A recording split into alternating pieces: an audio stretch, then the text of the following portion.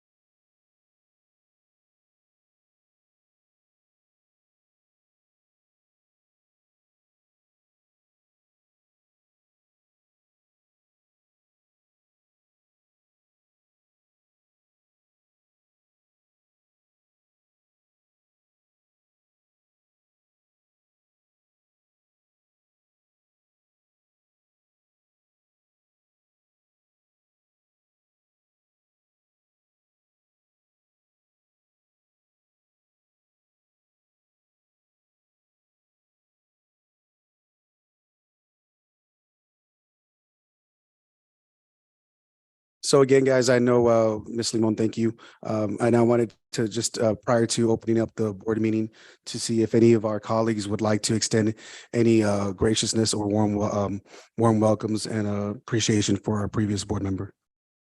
Mr. Chair, may I? Yes, ma'am. So I just told Ms. Limon, thank you for your continuous service because she served our community when she was a parent in the community. She served the community while she was a board member, and she continues to serve our community back as a community member. It is an ongoing service that she does every day in every manner that she sees possible. And so it only changes where you're sitting, not what you're not doing for our community. So thank you, Ms. Limon. Thank you so much for that.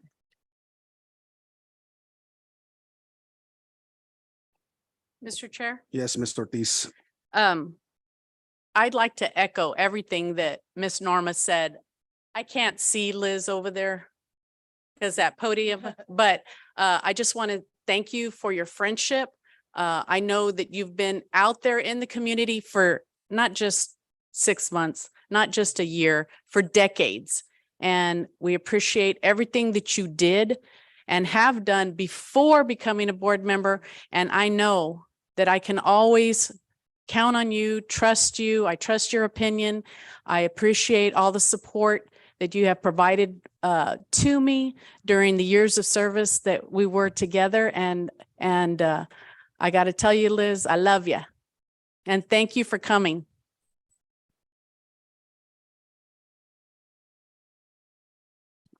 Mr. Mancha, yes, All sir. right, I'm not gonna say Mr. Chair because the meeting ain't started yet. Yeah.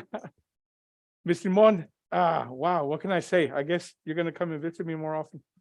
I used to be far away, so I wasn't as close to your house as I am now. It used to take you a little bit longer to go and bug me and tell me, Mr. Mancha, I'm watching you. And I still expect you to do the same thing, ma'am. You know, you've been a lot of help to me throughout many years. We worked together in a lot of projects. We did a lot of things together as a group. Mr. Limon and I went to school. Of course, he was a little bit older and still is a lot older than me. But we did a lot of things together.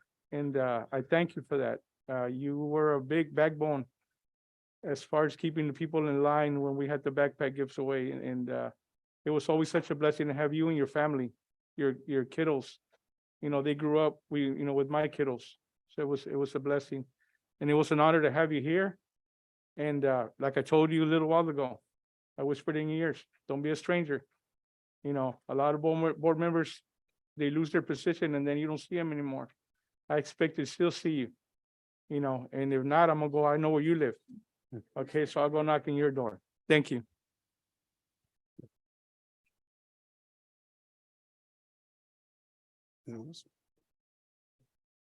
Okay, great. And just to echo, as everyone has shared, Ms. Limon, we truly appreciate your presence here on the board. You definitely came forward with a sound mind and well-intentioned and care for our kids.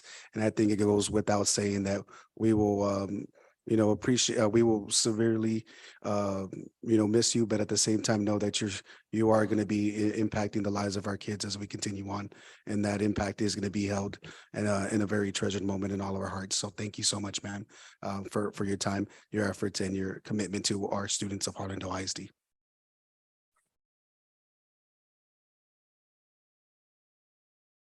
So I know with that impromptu, guys, I apologize for the tardiness, but we'll get started. So, Mr. Moreno, yes, sir. Mr. Luna wanted Oh, to Mr. say. Lu, sorry. Yeah, Go just right to ahead, sir. piggyback on where everyone said, it's been a ride, like people say, Cowboys ride forever. But I just like everyone brings their own uniqueness to their position. I think you brought a very good perspective to the board, and I appreciate that for all your service to the board. And something like when Mr.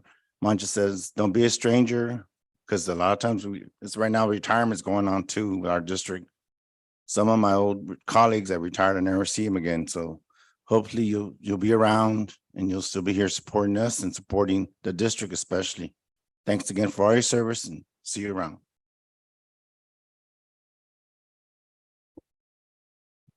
Ms. Ruiz, please.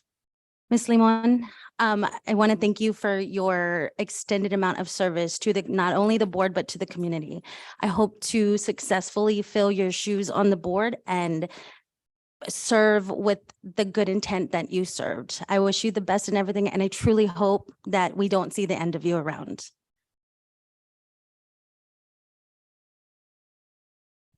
And Mr. Chair? Soto, yes, sir. Ms. Limon, thank you for being a fabulous boss. So this is a different lens, Ms. Limon, as your trustees, right? You're my boss. And even as a community member, you're still gonna be my boss. And keep telling me this is about kids, because every time you call me, ma'am, you go, the kids, sir, the kids. And so don't be a stranger. You still have my number, and remind me that we're here for our kids, right? Thank you for all your service, ma'am.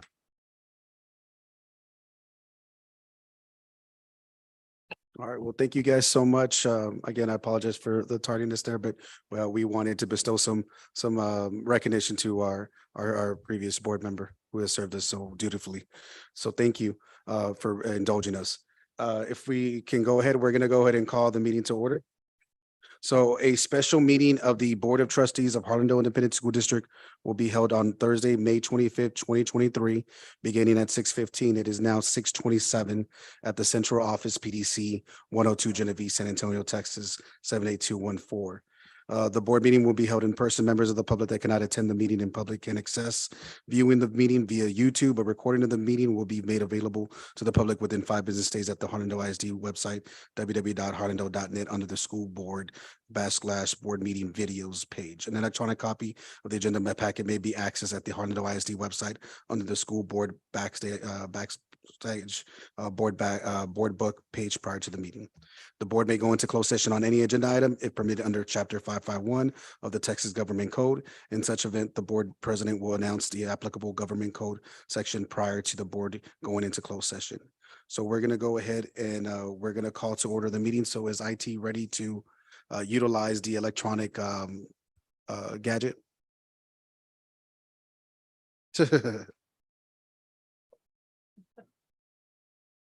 Or device?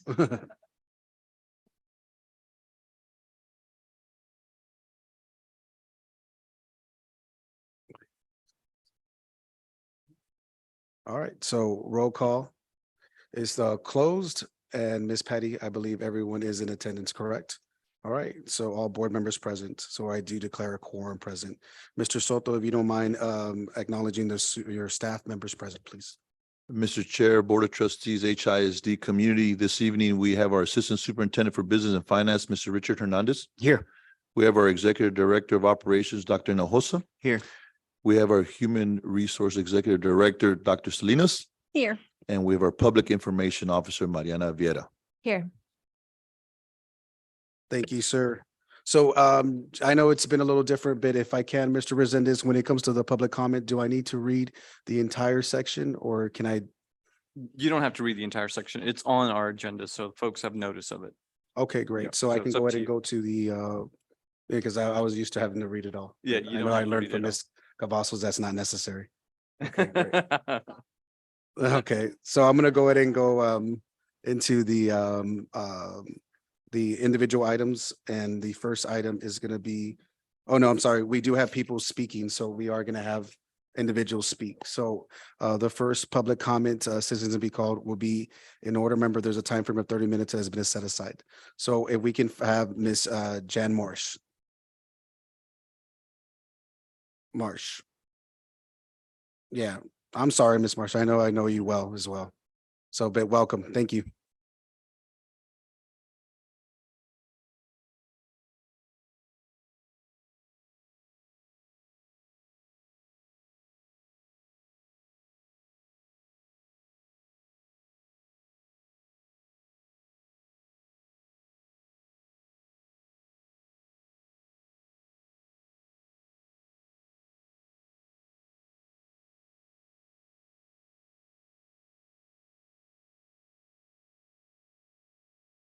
Thank you to the board and Mr. Soto for letting me speak tonight. My name is Jan Morrish, and I'm a school counselor at Bel Air Elementary. I'm also a HEA member. I would like to talk about pay raises for everyone in the district. We are losing 4 elementary schools and gaining more students and staff at the remaining elementary schools. This is going to cause a lot of additional work for all teachers and staff. Teachers and staff are wanting to leave because they want to be closer to home since our daily life expenses are going up. We should not have our teachers and staff getting after school jobs so they can make ends meet. Once teachers and staffs come to school, their day starts. They all have a lot to do from teaching, making phone calls, checking email, being involved in learning communities, checking in with coworkers, making copies if the copier is working, making sure breakfast and lunch is ready and on time, making sure the schools are cleaned and bathroom supplies are stocked. This does not include all the teachers and staff that do after-school clubs and help out with the after-school events. May is a big month of events that really make all of us super tired. Investing into our teachers and staff is an investment into our future. We need to show our teachers and staff that we value them and their important roles in our schools and in our community. Thank you. Thank you, ma'am. If I now may have Miss Natalie Clifford, and again, we do have a 3-minute limit, and it will be projected on the screen, ma'am. And whenever you're ready. Good evening, Superintendent Soto, Cabinet members, Board President Moreno, board members, and Harlandale ISD community. My name is Natalie Clifford, and I proudly serve as the president of the Harlandale Education Association. I'm here in solidarity with my union colleagues to urge you all to consider a pay raise for all employees, especially our hourly workers and those who have served our district for many years. Board meetings and public comment are an exercise in democracy. Although we may have some differences of opinion, I know that every single person here in the room, no matter their position in relation to the district, wants the best for our community. It is an honor to be here with all of you, and I appreciate the opportunity for us to engage in dialogue together to shape the future of this district. If we look at the facts, Harlandale's starting pay for teachers is somewhat comparable to other school districts. However, our hourly pay is quite behind. $13 an hour or so is simply not enough to be considered a living wage. The district should consider $15 an hour as a minimum starting pay for hourly workers if we want to stop losing so many talented staff to other school districts. When all our neighboring districts are already at $15 minimum before their budget is finalized for next year, we will continue to not be competitive, unfortunately, in this area if we do not make this change to at least $15 an hour. As difficult as it is for me to personally maintain an optimistic view on education sometimes, I have learned of the importance of critical hope from reading the work of Dr. Jeff Duncan Andrade, who is an educator in California. In his words, quote, "Despite the overwhelming odds against us making it down the path to change, we make the journey again and again. There is no other choice. Acceptance of this fact allows us to find the courage to cajole our students to join us on that journey. And this makes us better people as it makes us better teachers." An interview with this teacher states that, quote, "Through all its ups and downs, critical hope requires educators to continue believing they and we can do what we've never done before." Amidst attacks on public education from the state legislature here in Texas, led by elected officials who have never been employed in public schools, we ask that our local leaders here do their best to courageously support our educators by paying a living wage of $15 an hour to our hourly employees. We also ask they consider a pay raise scaled proportionately for teachers based on their years of experience to reward those who have been part of the district for decades. In conclusion, despite the odds, we will continue to show up and believe that we can do what has never been done before to build a society that is rooted in justice, dignity, and care for all workers, students, family members, and every member of our community. We stand by our LGBTQ students, immigrant students, our Black, Brown, Asian, and Indigenous students. We commit to teaching the truth and honoring the beauty in all human beings and that all work has dignity. Thank you all for your time. Thank you, ma'am. So we're continuing on, we have Ms. Yvonne Estrada Gutierrez. And again, ma'am, friendly reminder about the 3-minute time limit. In addition, it is projected for you at your moments when you're ready, ma'am. Good evening, board members and Superintendent Soto. My name is Yvonne Estrada Gutierrez, and I have been teaching in the Harlandale District for almost 10 years. I choose to teach in Harlandale because I'm a product of Harlandale ISD. I attended Morrow Elementary and Harlandale Middle School. I live in this community. I want to give back to the community that I grew up in and that helped shape me. However, I come before you today to discuss a basic necessity. I come to ask you to consider giving my colleagues and myself a raise. I'm currently looking at buying a home. I am a full-time employee with a college degree, and even still, the monthly mortgage gives me pause. I'm afraid to commit to purchasing a home for my family because I fear I may not be able to afford the monthly payments paired with the other expenses I have based on what I earn each month. Superintendent Soto and board members, as a certified, educated, and experienced teacher of 16 years, I should be fairly compensated for the work I do. I work very hard every day to ensure the success and safety of all my students. Superintendents have a history of being granted hefty raises annually. I would ask that you pause to consider the other Harlandale employees and how we are all equally deserving of a fair living wage. I have several colleagues who cannot afford to go to the doctor because the health insurance that was selected by the district makes it difficult for them to see anyone in the limited network provided. Those individuals who are seen by providers are faced with expensive copays, or their medical needs are not met because many of the procedures, treatments, and medications are not covered by the insurance. This means out-of-pocket expenses on individuals already financially burdened. With today's rising inflation costs, many of your employees are struggling to feed their families and pay their utilities. Some have to take on a second job in order to stay afloat. For a profession that requires a college degree, hours of professional development, certifications, and an unimaginable demand to provide a multitude of services to students, it is only fair to expect proper compensation. By providing all teachers and employees of the district with a fair living wage for their hard work and dedication, Harlandale ISD would ensure that it continues to succeed despite teacher shortages faced by all. Let's truly be a family and take care of one another. Thank you. Thank you, ma'am. Continuing on with Ms. Susan Salinas. And again, Ms. Salinas, a friendly reminder and courtesy, we do have the 3-minute limit listed on the projector screen. Thank you. And as when you're ready. Good evening, board. Superintendent Soto, Mr. Moreno, the community. My name is Susan Salinas. I work for the Texas State Teachers Association. And I'm here tonight to tell you something you already know. If the state of Texas is not funding our schools, they're just not. This is the worst legislative session I can remember in decades. There is a bill right now. If you have not called your House members, please call them, text them, email them, and tell them to vote no on House Bill 100. It used to be an okay bill, but now that Senate Bill 8 failed, the committee attached all of Senate Bill 8 to House Bill 100. And currently, as it is, there is not a cent towards any kind of compensation for teachers, and the allotment for school district is barely $50 per kid. That is nothing. We have to be more active Unfortunately, or fortunately, our legislators in this area are pretty pro-education. It's across the state where we don't have the support. So if you can, anybody who's hearing me, if you have not contacted your House member, please ask them to kill House Bill 100. The other thing to look at is there's a bill coming down that's already passed, which is kind of scary. It's House Bill 1605. It demands that a school district buy and teach. You read math, and I don't remember the reading program offhand. It's scripted lessons. If you do not buy it and teach it, your school district loses money. That's unheard of. So might as well get robots. Why do we need teachers? If it's a scripted lesson that if you don't do, you get penalized as a district, and the teachers are penalized on their T-tests. It's just unheard of. You probably heard about the other bill. The only way a teacher is going to get a raise in this state is if they carry a gun.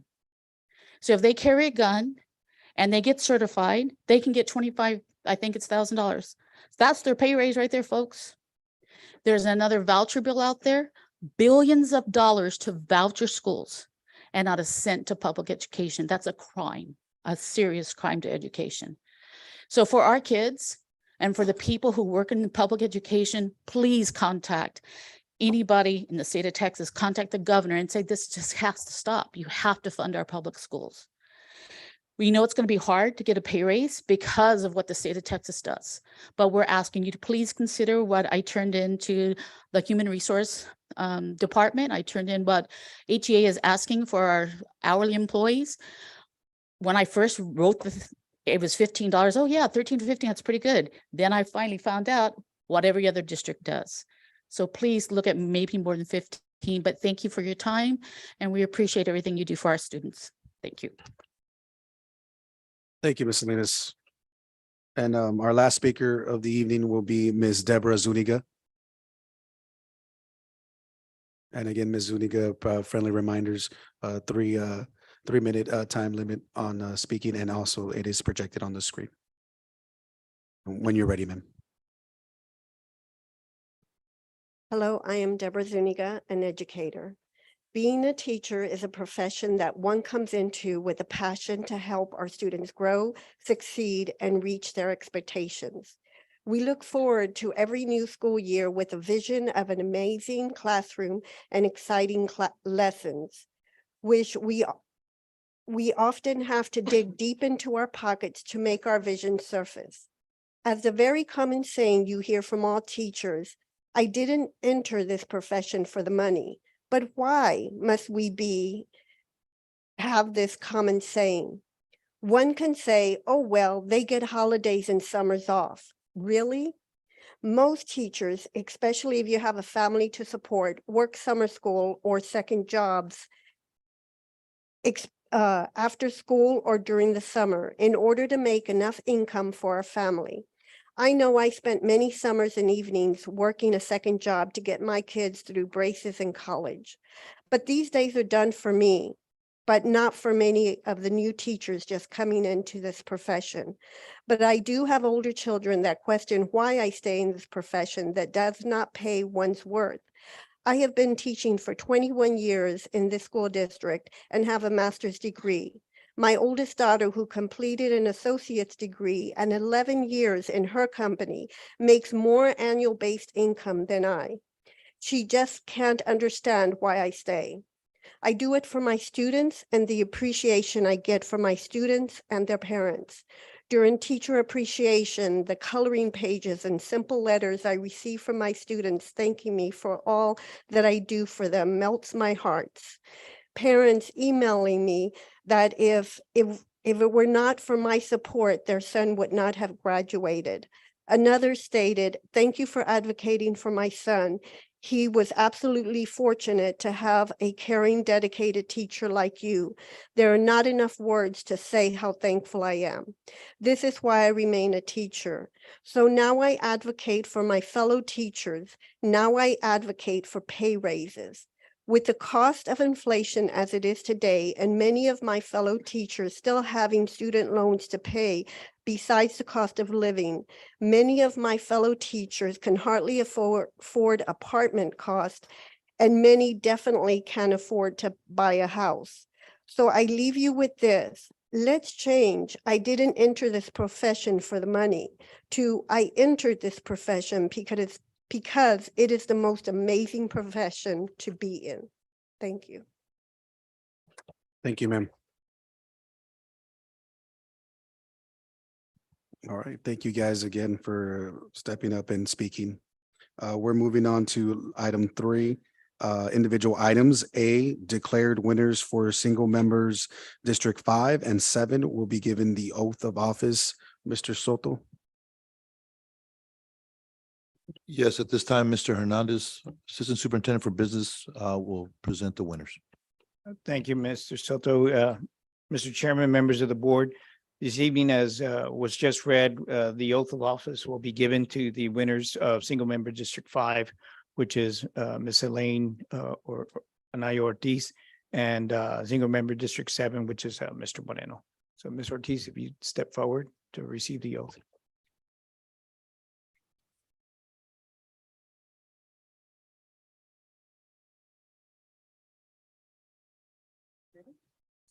Desmond.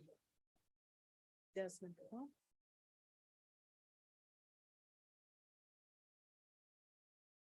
You have to come on this side.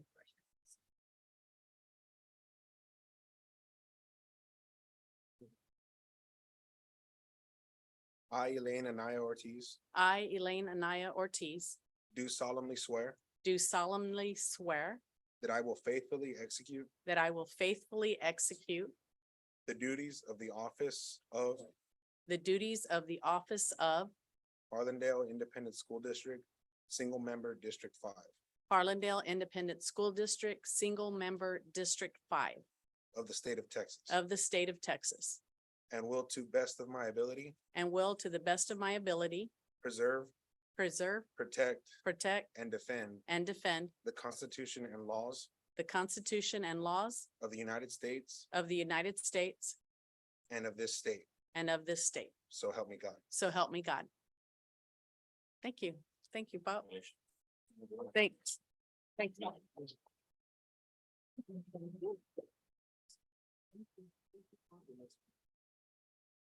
Thank you very much. Mom, I'm gonna give you a hug. Thank you. Thank you, Bob. Shake your hand. Like,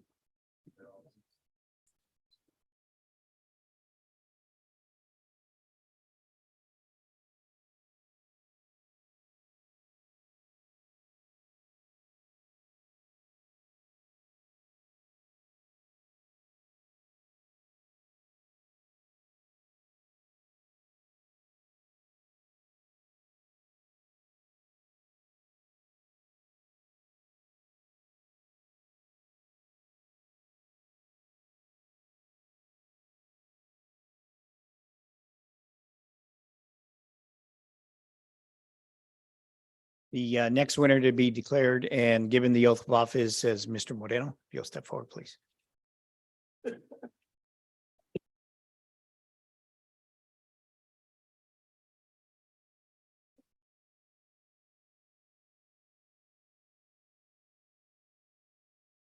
you got it?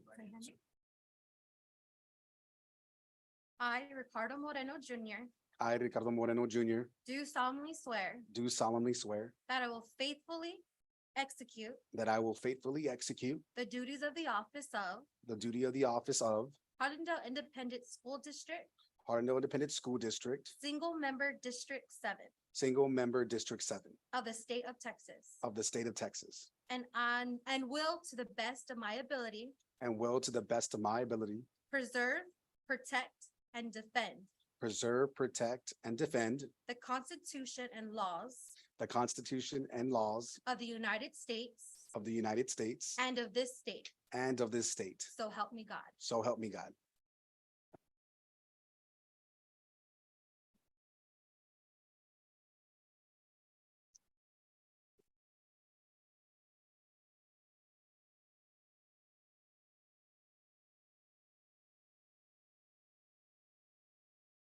All right, guys, if we don't mind as a team, if we can do a 5-minute recess, a little break, and then we'll return to go further into the meeting.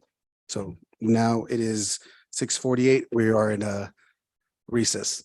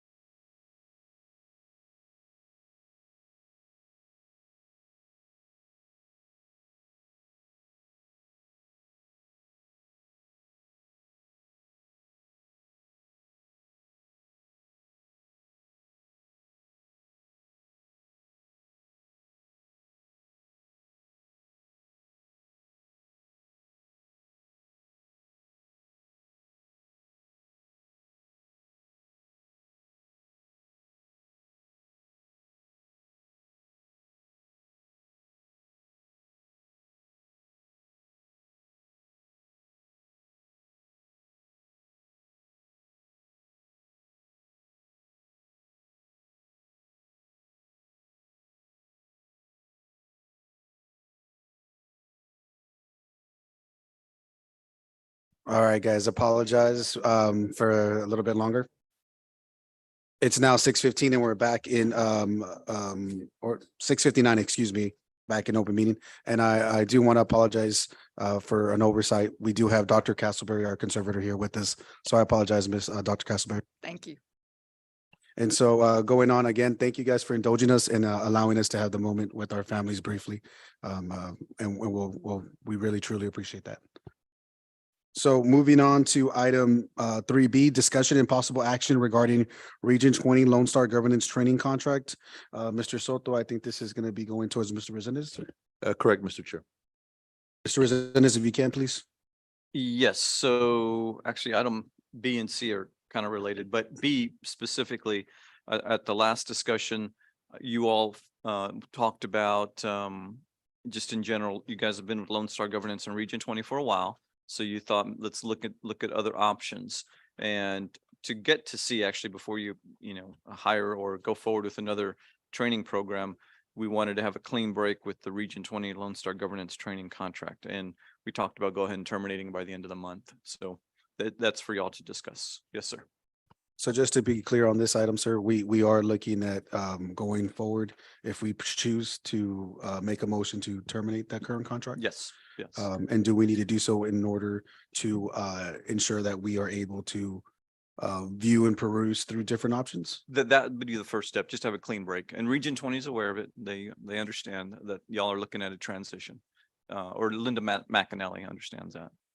So so should we have a motion on this matter? then? Yes, I would recommend a motion in a Okay. second. All right. So prior, I guess, to go into discussion, if there's a motion for us to go into discussing. Ms. Carrillo? Mr. Chair, I'd like to make the motion of discussion and possible action regarding Region 20 Lone Star Governance Training Contract. All right, we have a motion set by Ms. Carrillo. Do we have a second? I'll second. All right, great. Thank you, Ms. Cavazos. And so we can open up the floor for any discussion related to the matter. So if anybody would like to chime in, they're more than welcome to do so now. So I know with this item, it's been discussed amongst us as a team of seven in regards to the partnership that we've had with Region 20. And looking at, and in retrospect, I think it's been a positive impact on our district and being able to understand the roles and procedures that we play as a team and how we collaborate together for the betterment of our district and especially our students. But I do feel, in my own personal opinion, that it's probably best to continue on with something a little bit different. I don't know if there's any other sentiments that are similar or any that would like to share their concerns additionally to what we've said before. Mr. Chair, Yes, Mayor? Ms. Cavazos. I'm gonna piggyback on what you're saying. I've only been here, I don't know, August of 2019, I got appointed. And Lone Star Governors was already a part of the coaching here for the board. There was a lot of knowledge that I obtained from them, from our coach, a lot of positive feedback. And they always made sure to lead us in the right direction. Like all things, sometimes you just come to a plateau where you feel it's a two-way, we're not getting any more, we don't have any more leadway, we're not moving forward. It's just becoming a little repetitive. Not on anything against our LSG coach, and I don't want to say that it was on us. It's just after a while, it just felt the same. And I thought it would be wise, my personal opinion, that we obviously still need an LSG coach, or we need a coach, because it is important for all of us to have continuous education on what the role of a trustee is, not what used to be the assumption of what a role of a trustee is, not what we walk in assuming the role is, but what is a true definition of a school board member. And just like a lot of things in life, sometimes we just have to go with something different. Maybe same teachings, same goal at the end of that, but maybe hearing it from a different vantage point might kick us up to where we can continue to move forward, learning and being reminded of what a true board member can do and what they cannot do. And those are my reasons for me wanting to be grateful for what we were taught, grateful for having that leader in our coach. But I think it's time for us to look for a different teaching method. That's just my opinion. All right, thank you, Ms. Cavazos, for that insight. Anyone else care to share their thoughts or opinions or commentary? Madam, Mr. Chair, Yes, Ms. Carrillo? just as we spoke, all together, yeah, I think it is just time for us to move on. As we spoke, we can have a problem. Two individuals can look at it. One will give us, one insight and then a different insight on a different individual. And I think it is, I'm piggybacking on Mrs. Cavazos, remarks. Yes, it is time. I think that we just go forward and bring someone in totally different that can give us a new insight and a new perspective as well. All right, thank you, Ms. Carrillo, for sharing your thoughts as well. Anyone else would like to share their thoughts, comments, or ideas? Mr. Chair. Yes, Ms. Ortiz? I would be remiss if I did not say thank you to Linda McAnally for being so patient. I know with me, I don't know with the rest of you, but man, I have too many questions. And she was very patient because I was new to the board and y'all are already in Lone Star governance. And so the whole concept was very new to me. I do believe that maybe the curriculum, if it changes, we can get more points, if you will. But Linda McAnally, if you're out there and you're listening, I want to thank you for the time and effort you put in, not only with the board, but especially with me, because I did ask a lot of questions. So thank you. Thank you, Ms. Ortiz, for sharing your comments just as well. Mr. Chair, I just want to Ms. add Carrillo. one more thing. As Ms. Cavazos was saying, when they've come in, we were already in Lone Star governance. So now going in, we can all start together fresh. So once again, nothing towards Ms. McAnally. Great. Thank you, ma'am. I just feel that it's something that we all need to just start together and go forward. Thank you again. Ma'am. Mr. Maja? Sure. Sir. I just want to remind everybody, we were all new to it. I mean, we had just had it for a few months, so it wasn't like it was presented to us when we first came in as board members. When my colleagues, the new colleagues came in, we had just a few months that we had been introduced to the program itself. So it was fairly new to all of us. The only thing that I do is that when we choose this person or group or organization that we decide to choose on as we move forward, we just got to make sure that we listen, pay attention, and make sure that person is a strong person that's not going to bend over for us to say, okay, well, you know what, we're going to let you slide on this. We're going to allow this to happen. It's going to be, I want somebody that's going to be very, very front and let us know this is the way it has to be, because the way we were taught is you put the students first and not our own personal ideas of what it should be like. Or if it's a picture moment or a clap moment, or if it's a hooray moment, but it's a student moment. And focus on that is all I want. And hopefully with this moving forward, like Ms. Carrillo shared, we're all gonna join it all at the same time. Thank you, sir. Anyone else? Mr. Luna, would you like to share Sure. something? I Yes, just sir. want to reiterate, those 2 points stick out in my mind is that one, we need to all be on this together, starting together. We have a new colleague here. And the other thing was, as an educator, I did feel that we were kind of stagnant and not moving, and we weren't getting enough guidance to move forward. So in that regard, that's why I feel that we need this change at this time. And that's my opinion. Thank you. Thank you, sir. And I know Ms. Ortiz is, Ms. Ruiz, it's just new, so.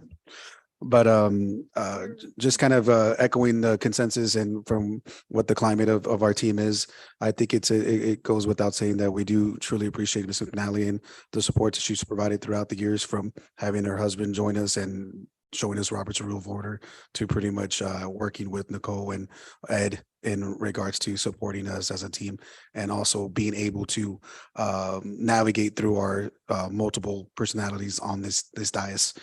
So we truly do appreciate the support they have. At no point can we say that we will never revisit or present that opportunity again to our team here. But based off of what's shared with our teams and their willingness to provide their insight, I think it goes a long way in saying that I think it's time for us to move into a different I guess mechanism that can provide us with the opportunity to do best for our community and our kids. And I think it's fair to say that we are committed to doing what's best and understanding the roles and a collaboration with our superintendent for the betterment of our students and student outcomes, student achievements. I'm sure we can echo that consistently. So with that being said, Mr. Resendez, should we make a motion to terminate? Yes, sir. Okay, does anyone want to make the motion, or? I can, if I'm allowed, yes. Oh, go ahead, Ms. Cavazos. So I move to terminate the professional training contract with Region 20 Lone Star Governance. Okay, we have a motion to terminate the Region 20 Lone Star Government's contract. Is there a second? I second. All right, Ms. Seconds the motion. So IT, if you're ready, we can go ahead and prepare for the vote.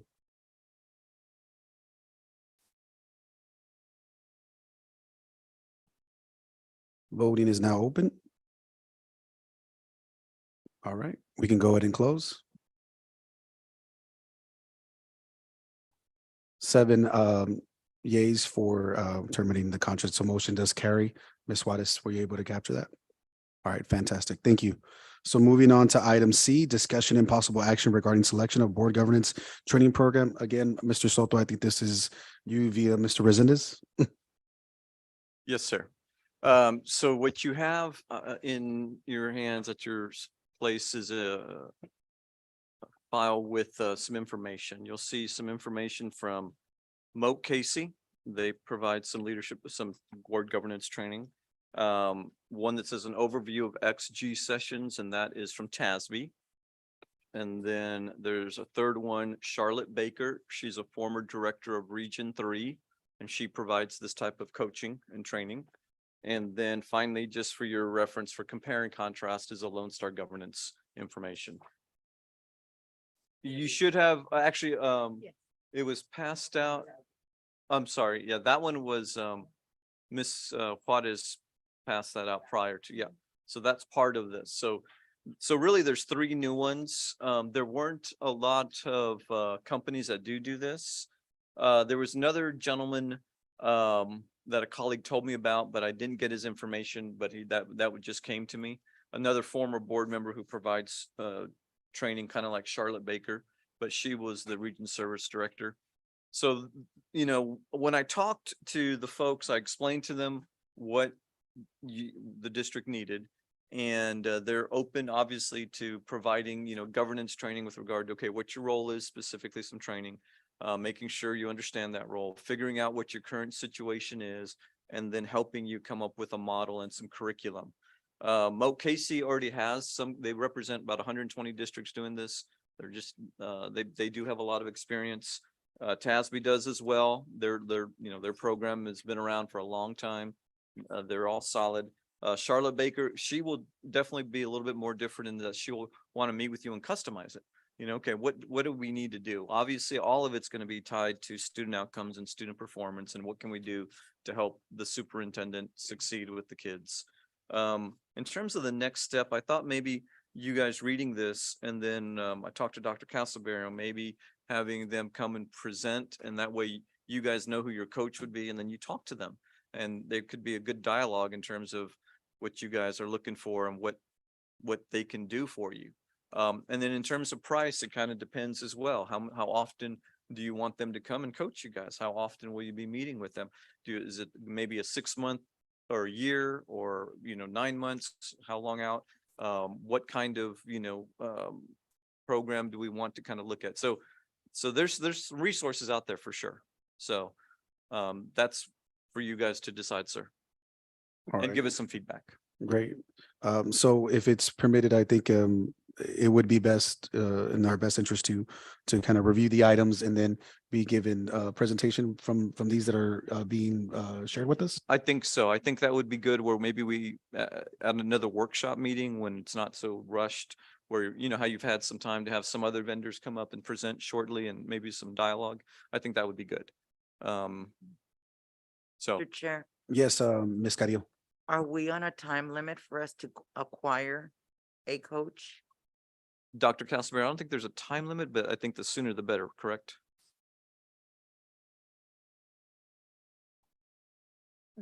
This whole activity certainly has implications for the exit criteria. And Yeah. other than that, there's no time limit that I would suggest. The exit criteria may be subject to revision based on what happens. So I think that's only fair to say. I haven't talked with TEA about any possible extension. But I think if you start a program new, that it only makes sense that we have some time to observe your implementation of that program, go through the training and observe the implementation. So that's just me talking. That's not the agency saying, but that's where the time limitation are as far as I'm concerned. So, Okay. Mr. Yes, sir. Yeah, so based on that, I would recommend, the sooner the better. And maybe look at our June workshop as an opportunity for them to come and present. Mr. Soto, when is that date?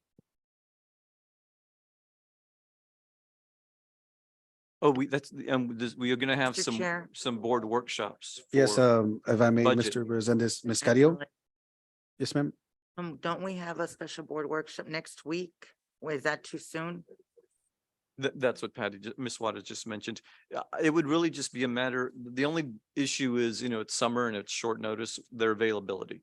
So I would recommend you give me maybe a couple of options and I could find out when they can come and give them 2 or 3. And then if they could all come at once, that would be ideal. And if not, we might have to break it down. But as long as we get them in here to talk to you guys, so that way, maybe by the end of June, y'all could make a decision and get going. Is there any comments or questions that we'd like to go prior to making a motion? Mr. Mancha? Mr. Chair, Mr. Soto, if I may, you think Ms. Casey can kind of also get a copy of these and help us since she was part of the training and it's been part of the training since the very beginning and kind of help us a little bit and guide us a little bit more of how we can put something together? If that's not an issue with anybody? Yes, sir. I mean, Ms. Casey was instrumental with LSG, as you stated, and she'll be part of this process as well because it ties in with our goals, right? We still have our goals that are in place. Yes, sir. Yes.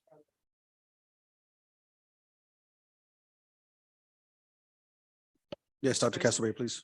I would just suggest if we aim for June, that it's after June the 19th, because the budget discussions are very important and I wouldn't want to shortchange any of those sessions. But, after the 19th of June would be a possibility. Sure. Sure, I think that would work as well. Yes. Anybody else like to share any thoughts or comments? I think as Mr. Resendez and everyone kind of has alluded to, time is of the essence, and we do want to make sure that we have something in place. But we also are tactful and diligent in terms of deciding on the instrument that we'll decide to use. And I think it's fair for us to go ahead and actually have someone physically here presenting them for us to be able to understand them and know how they align with the goals that we already have set in place, and also the philosophies and scope of interest that we do have. So is there a motion just to kind of It would just be basically just to, Proceed with requests for presentations. all right, so we should make the motion then? You should, doesn't hurt that way, Okay. taking official action, I could tell them that the board took action to seek presentations. Okay, perfect. So, Also, if it's okay with y'all, there was one other consultant that was interested. I think it doesn't hurt to have them as involved, not just these, but that fourth one, if that's okay. sure, more options, the better. Okay. And what was the name, sir? I'm sorry. He was a former board member down in the valley. His name is George McShan. Okay, Some of you may have heard his name. I don't know. He's done George McShan. Mhm. all right. Well, I mean, we can go ahead and just for the sake of following procedures, can we go ahead and make a motion if anybody would like to do so?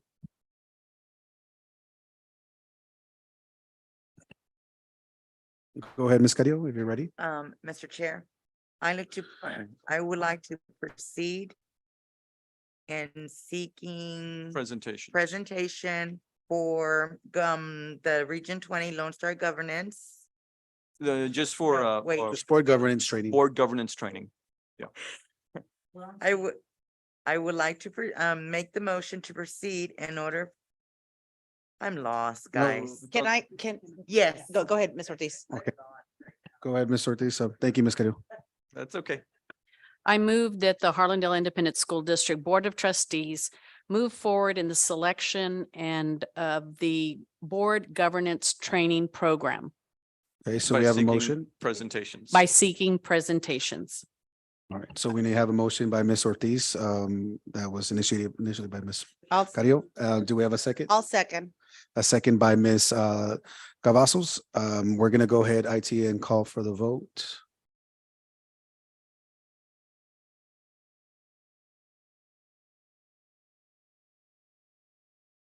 Yeah, and I know it's like a new item, so he's adding it in, so.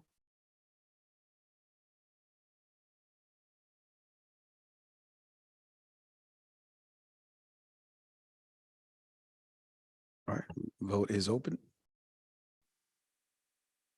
All right, everyone has voted. Can we please close it? The motion does carry, all in favor of it. So Ms. Wattis, you do have it as well. Thank you. Oh. Mr. President, just one comment. I would suggest that the district asks for those presentations at no expense to the district. For sure. All Yes. right, Yes, thank you, ma'am. Dr. Castleberry. All right, thank you, Mr. Resendes, in ensuring that. All right. So moving on to item number 4, the board will conduct a budget work session with the superintendent and staff for the 2023-2024. No action is needed. Mr. Soto, please. Mr. Chair, at this time, as we know, the legislative session is not finished and Mr. Hernandez will allude to that. We're hoping that something final does come Monday, but as we know, it can go to special session. So we're going to start off with some presentations we're believing that it might go a certain direction. But again, this is just the initial budget workshop and we'll tweak as needed after Monday's decision. Mr. Hernandez, if you can start with our budget work session. Thank you, Mr. Soto. Mr. Chairman, members of the board, as Mr. Soto alluded to, and also previous speakers also spoke to, the session is ongoing. Major changes are occurring. As we put this together, we had one scenario. And even as of today, we're hearing from OKC that there is little money coming towards public education. But again, the major pieces of the processes are going to start occurring beginning tomorrow. And then the session is scheduled to end on the 29th, which is Monday. So as far as what we've learned and heard, at one time, House Bill 100 was favorable. It did provide an increase in the basic allotment, some preliminary numbers along with that basic allotment, plus what was already in the HB3 law of increasing the yield on the Tier 2 funding. We were getting preliminary estimates from OKC of about 3.4 million in additional monies. Also, what was being alluded to was continue with HB3 on providing any type of increase in the basic allotment needs to go towards salary and wage increases by certain percentages. Currently in HB3, it was 3%. At one time during this session, it was being discussed that it would go up to 50%. So we considered all those items in our budget preparation. Additionally, again, we see property tax relief being included in this legislation, in this legislature. And again, when we get information from different sources, Mo Casey, for example, again, it tilts more towards providing property tax relief from what we've seen of about 15 to 20 billion and only 5 billion towards education. So now again, we've seen that change. There are also other provisions that are being included as was previously referred to. When we then to recap as what we did in the last biennium and was affected by HB3, again, the basic allotment increases, so much needs to be designated for salary and wage increases. And so when we last went to a session by the Bexar County Education Council, they were also pointing out that they were looking at also maintaining what they call the FAB for the positions that directly impact students, which is teachers, counselors, nurses, and librarians.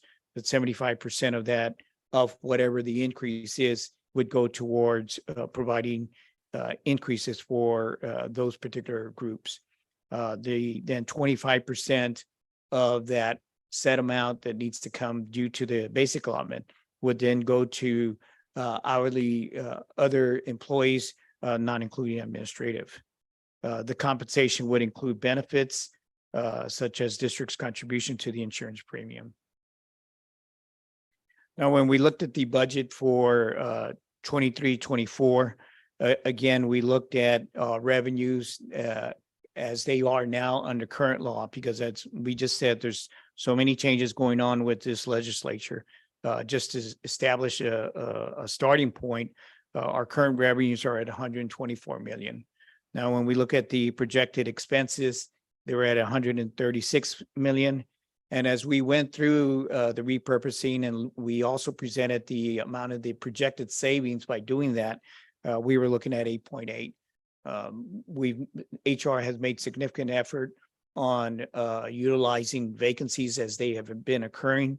And so we can feel confident that the $8.8 million in savings will be achieved.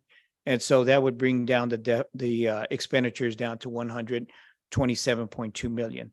So then basically we're looking at a deficit of just using current revenues, looking at current expenses, and have a deficit of 3.2. Now, you'll recall when we were making our presentations, that was an amount that was still being included in our presentation that would need to be addressed. And so in order to do that, one of the things that we're looking at that we've been dealing with is, as we are all familiar with, the ESSER funding. And so again, key particulars on that, on the ESSER funding, is that it can be supplanting local and state funds, again, for allowable uses. And so when you do that, basically you're moving the expenses out of your general fund into the ESSER fund, which is being funded with grant monies. And so the money that then remains in your general fund is unrestricted and available for use for general operations. ESSER 2 is a grant of 17.2 million. That grant will end at the end of this September. And so at the end of June of this year, we expect to draw down 8.2 million. Now, again, we have expenses that are in the general fund that we can identify, and we can make sure to draw down the remaining 9 million. So again, with using the 9 million, basically, when you look at conservatively, if the positions that we're funding out of ESSER 2, if they were to continue into the 23-24 budget, that was about 4 million. So you're left with 5 million then to address general budget needs. And one of those general budget needs is what we just showed you, is a deficit of 3.2. So that's going to help as we look forward on another slide, future years as we look at from 24 to 2027. Now, again, the second ESSER funding that we got is ESSER 3. Now, that particular grant ends next September. And so with that, again, we're looking at ending with drawdowns by the end of June in 2024, 22.7. So again, just as we're doing this year, once we complete what we have planned to pay for out of ESSER 3, we're going to make plans to draw down again with eligible cost of 16 million. So again, setting that aside of the 12 million that's currently being funded out of the ESSER 3, and setting aside again $4 million that will be used for general fund purposes, not only for 23-24, but as well as 24-25. So basically, the next slide brings that all together as far as our deficit and the ESSER funding that's available. So when we look here, we're presenting basically 4 years, 23-24, 24-25. That ends one biennium, the biennium that we're going into. And then 25-26, again, legislatures is going to meet in the spring of 25 to start discussing the next biennium. So there we'll be looking at, what type of funding we'll be getting. But when we start with 23-24, which is the budget year that we're discussing, again, as we pointed out, the deficit that we're looking at is 3.2. Now, when we look at our current revenues and our current expenses for 22-23, which is this year, again, we know that we're projecting a deficit, but we believe that our fund balance just on our operations will be at 30.5 million, basically. So as I said earlier on the slide, the monies that would be available after drawing down the maximum that we can out of ESSER 2, that 9 million then would add to that 30 million. So basically we have 39.5 million that's available that will be used to help us address not only that 3.2 million, but if we have positions that haven't been able to be slotted into vacancies, and I'm conservatively say that with 4 million, then at the end of this budget year, we're looking at a fund balance of 32.2 million. So that basically helps us get into the next year of 24-25. So remember, this budget year coming up, our ESSER monies end on ESSER 3. So basically, if those positions, again, conservatively, if they're continued from ESSER 2, that basically adds to your deficit. Now it's, you add 4 million to the 3, and now you're at 7.2 million. So again, this fund balance carries over to 24-25. And then when we look at, as I said earlier on ESSER 3, that ends at the end of this year. So again, we're going to max out the amount of monies that we're going to draw. And so that 12 million of that would be carried over. So when you add that to the 32, basically you have 44.2 million. And so that fund balance then again will be used to cover that deficit. And right now, currently in ESSER 3, we have several positions that are being funded that we rolled over from the general fund into ESSER 3. So our fund balance then projected for next year, for the 24-25 year would be 30 million. So this gives you a picture of this upcoming biennium and how the ESSER monies affect when we draw them down. Our current deficit, plus also accounting for positions that may not be able to be filled with vacancies. And so giving you an ending fund balance of 30 million. So the next biennium basically is I might say a clean biennium without any stimulus money being involved. Again, that'll be a year that will be the first year of the new biennium, the start of new legislature, and hopefully things will be more positive as far as the outcome for public education. But then it gives you the amount of our deficits as they continue and the drawdown of our fund balance.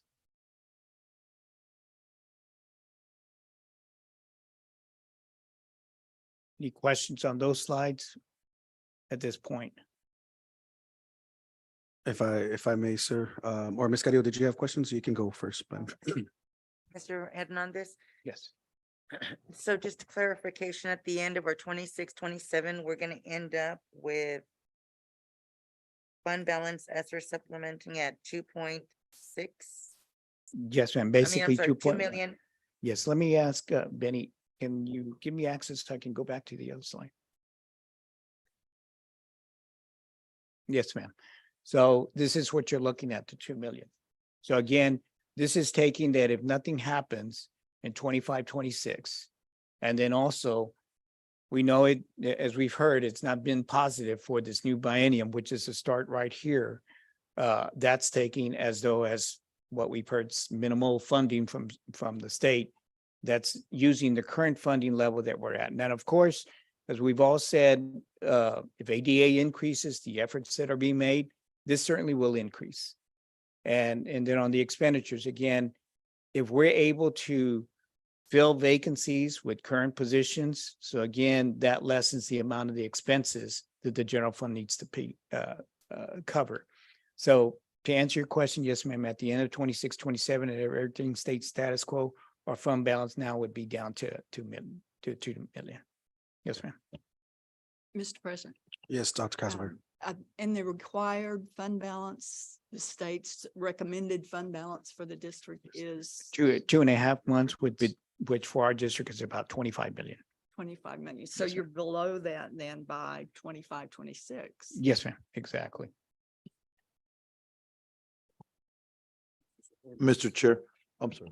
Mr. Hernandez, when you say if nothing changes, right, you're talking about a few things that doesn't change, right? We're projecting every staff member that we had this year to continue for the next 4 years. Yes, sir. And that's when he's saying about attrition. I hope the board is following is out of attrition, we're trying to fill in these positions and then we're dissolving those positions that we don't need. And so this is the most conservative that we want to be, is saying nothing changes. The way we're ending this year, everyone comes back the next 4 years. So this is his worst case scenario. Mr. Chair. Ms. Cavazos, please. Thank you. Mr. Hernandez, I have a question. It on this presentation, it says maintain ESSER positions as necessary. Did we open and fill positions through ESSER money that we would then have to need once these funds weren't available for us anymore? No, ma'am. And so when you talk about, go back. So when you talk about that, and as Mr. Soto said, through attrition, but this is why the amount here is 6.8. In ESSER 3, what we did is we added MCL and RTI teachers. Those were funded with the grant. Those are new positions. Those will not continue past 2024. So this 6.8 are positions that we brought over from the general fund to be funded with ESSER 3. So that way we could start lessening the burden on the general fund. Thank you. Thank you for that. I appreciate it. Mr. Hernandez, can you go a little more in detail on those positions that we're helping the general fund with? Give a few examples to the board on some of those positions that we're gonna basically change buckets and help out the general fund by changing the funding source. Yes, sir. And so when we looked at the monies that we could tap into at the end of this year to bring over from the general fund into, for example, ESSER 2, those are your core subjects, which are math, science, and English. So again, those are allowable because we presented in the grant that it's sustaining the education process in the district, and so that's how it's being qualified. So those monies then are or example of positions that we're bringing over from the general fund over into ESSER. Mr. Chair, Yes, Ms. Ortiz. I have a question. So we're talking salaries for those positions. What about their stipends? That includes all of it. Okay, thank ma'am. you. Anyone else have any questions related to this here? Right. Mr. Luna? Mr. So trying to understand this again, what Ms. Cavazos was saying about, this is worst case scenario. So they're saying, okay, we're gonna move those people really back to other positions that were there. So we should be saving that 4 million on 2023, 24 or not? Yes, sir. You'll, Because it just presented there as a negative, but right, and in so reality, it's the other way. So you just look at the positive, we're saving that money, correct? if we're able to absorb these positions through attrition back into the general fund and delete the positions that we're transitioning them from. And that would not only affect these positions, but as these as well, because we do have vacancies just through general fund. And so again, those positions are being moved in through and attrition is we're deleting those positions in the general fund. So if anyone has any other questions related to it? So if I may, Mr. Hernandez, so because it was kind of toggling in my mind, and I'm glad Ms. Cavazos got that question out, because that was exactly what I was curious about. And then thank you, Mr. Soto, for providing some clarity, and Mr. Hernandez as well. So and correct me if I'm wrong in regards to it. So because initially we thought it was just RTI, MCL, stipends, that's all that ESSER is, but we are unfortunately needing to supplement some positions, of course, STEM, or not STEM, but math, science, ELA, social studies, core content, in order to support their full compensation. And that's why in this situation, we need to consider attrition, where you have people that are deciding to go somewhere else and those positions are closed. So that turns into savings, slowly and steadily, if that person decides to move on to another venture. So that's the way I'm That's finally able to correct. capture that idea. Okay. That's correct, sir. So I don't know if that helps anybody else. But it was confusing for me at first too. So Sure. I'm sorry. It's all been a complicated process, especially when you have the stimulus money involved and the ability to move positions. Okay, over perfect. Because from I grant. was thinking Yes, like sir. Mr. Lewis, well, then that should be a safe, that's worst case scenario, then that money should be there. But I think we're all on the same page now. All right. Thank you, sir. Okay. Really quick. Mr. Ortiz. Chair, how many positions are we talking about that were funded? Do you have that information readily available? No, I don't, but Okay, I certainly thank will you. get it for us for next week. Thank you. Yes, ma'am. Thank you, Ms. Ortiz. So as we do and prepare for the budget process and the recent or the the most recent bienniums and the amount of monies that we get from the state, mainly all of that goes towards compensating our employees that are well-deserved. And so in order to help us do that, each year we contract with TASB to do a pay study that not only helps us maintain a desired pay structures, but it keeps us competitive with the market, and it also provides us the adjustments that are necessary so that individuals here and employees here are fairly compensated. So at this point, what I'll do is I'll have ask Jennifer Barton, from TASB compensation consultant, to come up and present the pay study as we have it.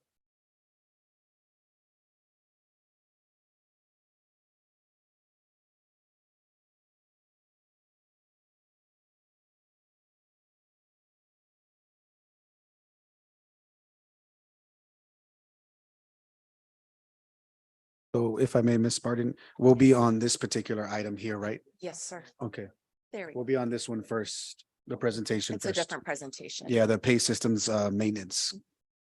All right, and welcome, Ms. Barton. Thank you. Thank you.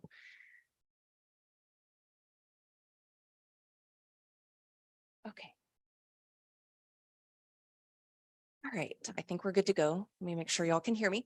All right, good evening, Superintendent Soto and everyone here, board members. I am very excited to be back in person for a couple of years. Of course, I've been doing this for a few years with the district, but we've done this through Zoom, and it's been a couple of years since I visited the district. So I'm glad to be here to talk about our study. TASB HR Services does work with Harlandale ISD behind the scenes every single year. We've been doing this for many, many years for consultant maintenance. And so this is going to be a very similar process to what we do every year. Some of you are new to the board and maybe new to this process, so please don't, hesitate to ask questions if there's anything that you need to know with this process. We'll talk a little bit about it as we go along. So every year we do a market analysis and we look at lots of different things for your compensation system. We look at where your current positions are. We look at your structures to make sure they're competitive, that we are aligned with midpoints. We look at jobs within your structures to make sure that your internal hierarchy is strong and similar to what we would normally see in a school system. This is something that we've designed many years ago. We maintain it, and that's why we call it pay maintenance. By maintaining it every year, we are able to do those adjustments, and we are able to help the district basically work on compensation priorities, but also within your budgeted means, but to also maintain positions for, market positions for different jobs throughout. So it's not only teachers that we look at, we also look at your administrative professionals as well as all of your hourly groups. So everybody is included whenever we look at this analysis.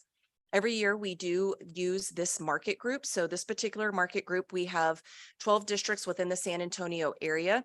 This is the typical group that we use every year. And you can see that there is a variance in the enrollment compared to Harlandale ISD. And so that's okay. This is the districts that you compete with for all of your teachers, as well as administrators and your hourly individuals. There are 2 districts that have the double asterisks that did not participate in the TASB salary survey. The majority of the data that we use when we do a pay review or a pay maintenance is from our salary survey. TASB HR Services put out that survey every single year, and the majority of districts throughout Texas actually participate in that survey. And so we have really rich market data for schools. And so that is the basis of what we use with our pay systems. We also use some other market that we talk about for non-school in the San Antonio area. But we did not have 2 districts participate, but for San Antonio ISD as well as East Central ISD, we were still able to pull their teacher schedules to include in your market. And it is typical that we have a couple of districts that don't always participate. Actually, this last year, we had better participation here in the San Antonio area than we have in the past. As I said, we also look at not only local school market, but we do look at non-school market. So remember that we do have jobs in the school system, such as business, technology, HR, other jobs that we look at in the private sector. Also, we compete with them as a school district. And so TASB HR Services pays for 2 third-party vendors to be able to pull non-school market. We pay for Economic Research Institute as well as Comp Analyst. And so we pull those non-school values in for certain jobs from the San Antonio metro area. So that is also included. And you will see all of that in your market tables. So we're going to start with teachers first. That's our first group that we usually discuss. So here is the market graph for our teachers currently. The orange line is the district, Harlandale ISD, versus the market median of your local market. So those districts that we saw in that first slide. And you can see that the district is aligned pretty closely at all surveyed years for teacher pay. And so the way that it works for TASB HR Services is we survey at 0, 5, 10, 15, and 20 years. And that's what we look at, because remember that we do pay teachers by experience. So we're looking at those surveyed years of experience. And you can see where you're competitive or not competitive at each of those years. So here is the graph. And then if we put that into values, and I'll go back to the last slide here in just a second, but that graph into values here, you can see where you are the district varies from the market median or 100% of market. And so you can see for your starting year that you're a little bit above, and that you're also above at year 15 and 20, but it does dip a little bit below at 5 and 10, but you're still very closely aligned to market.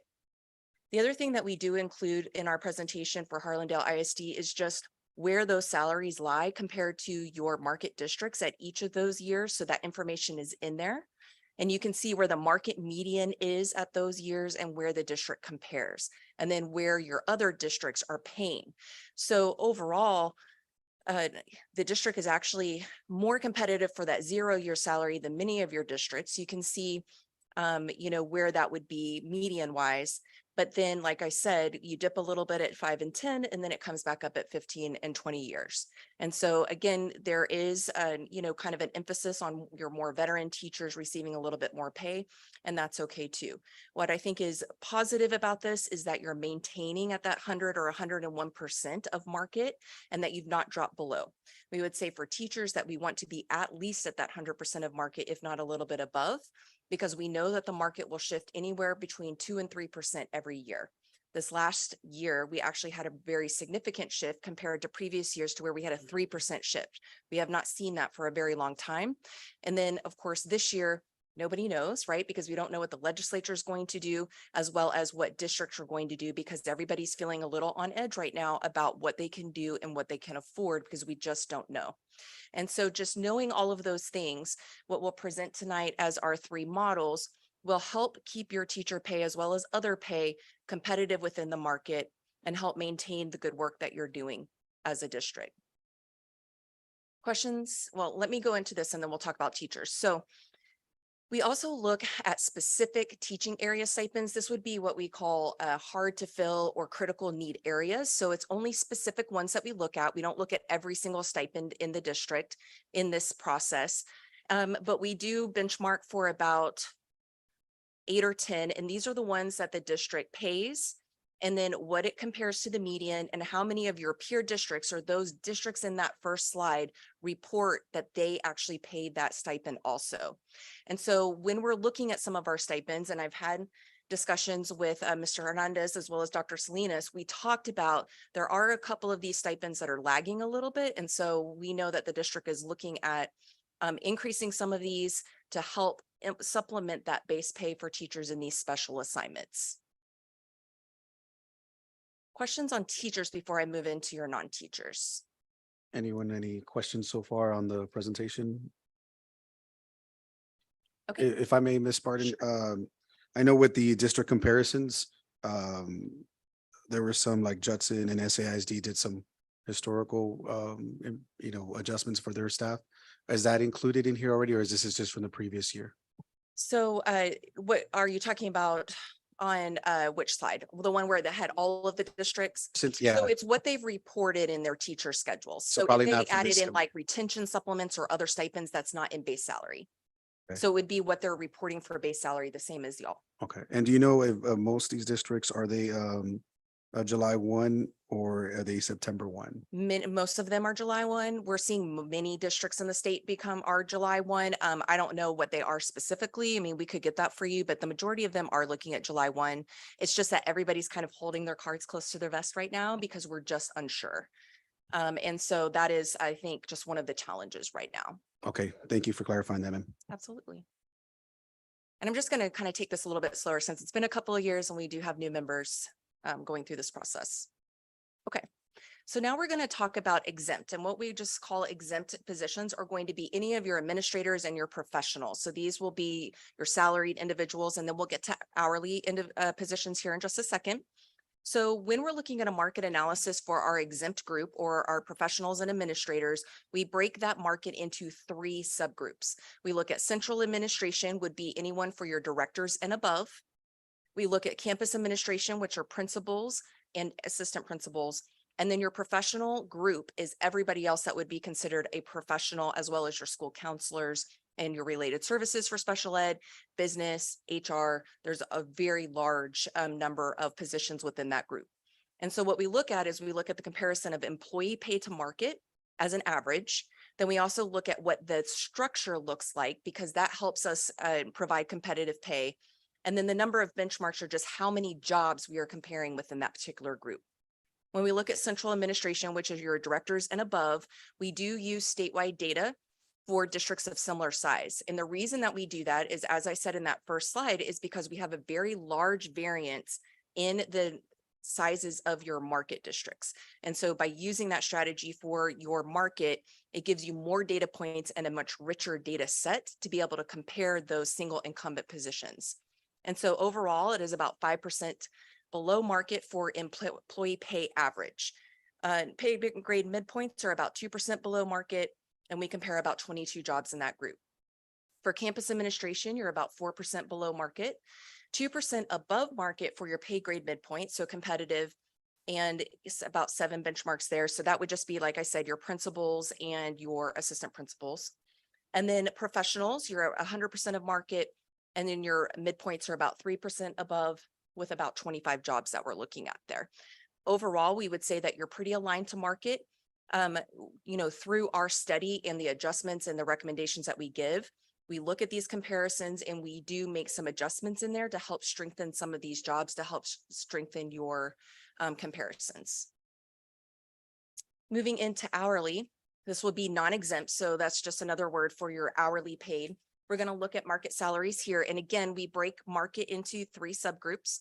So we are looking at clerical and technical, So that would be anyone like your administrative assistants. It could be your PEMS clerks. It might even be some of your hourly technology positions. That is that group. Your instructional support would be any of those hourly positions supporting your campuses, such as your aides, special ed, or general education. Could be LVNs. It could be some other one-off type positions that are considered hourly but supporting students. And then our classified is basically all of the other hourly positions. It's your operations side typically.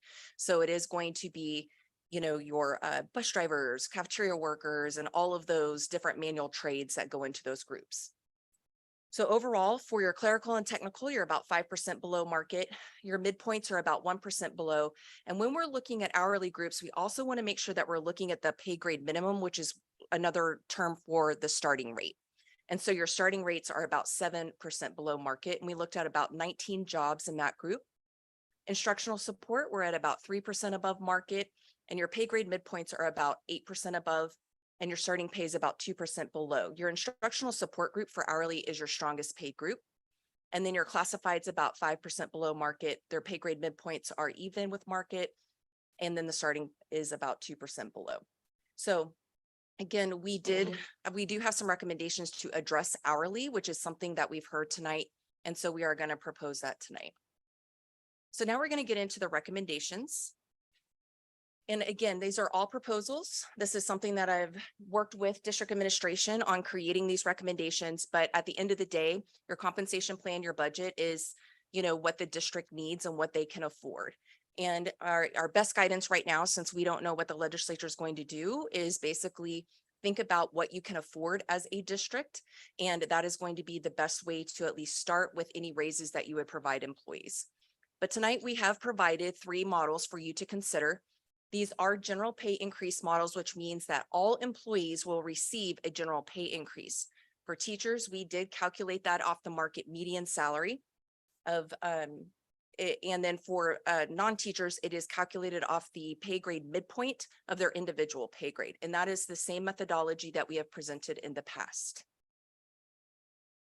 So for model 1, 1% GPI for all pay groups. So it would bring starting pay for teachers up to $56,800. And then each continuing teacher, so every teacher in your district would receive $625 minimum. And then we did add a few additional adjustments at certain years in your teacher schedule to ensure that those individuals are making more than the previous year. In model 2, your teacher pay would be $57,300 as the starting.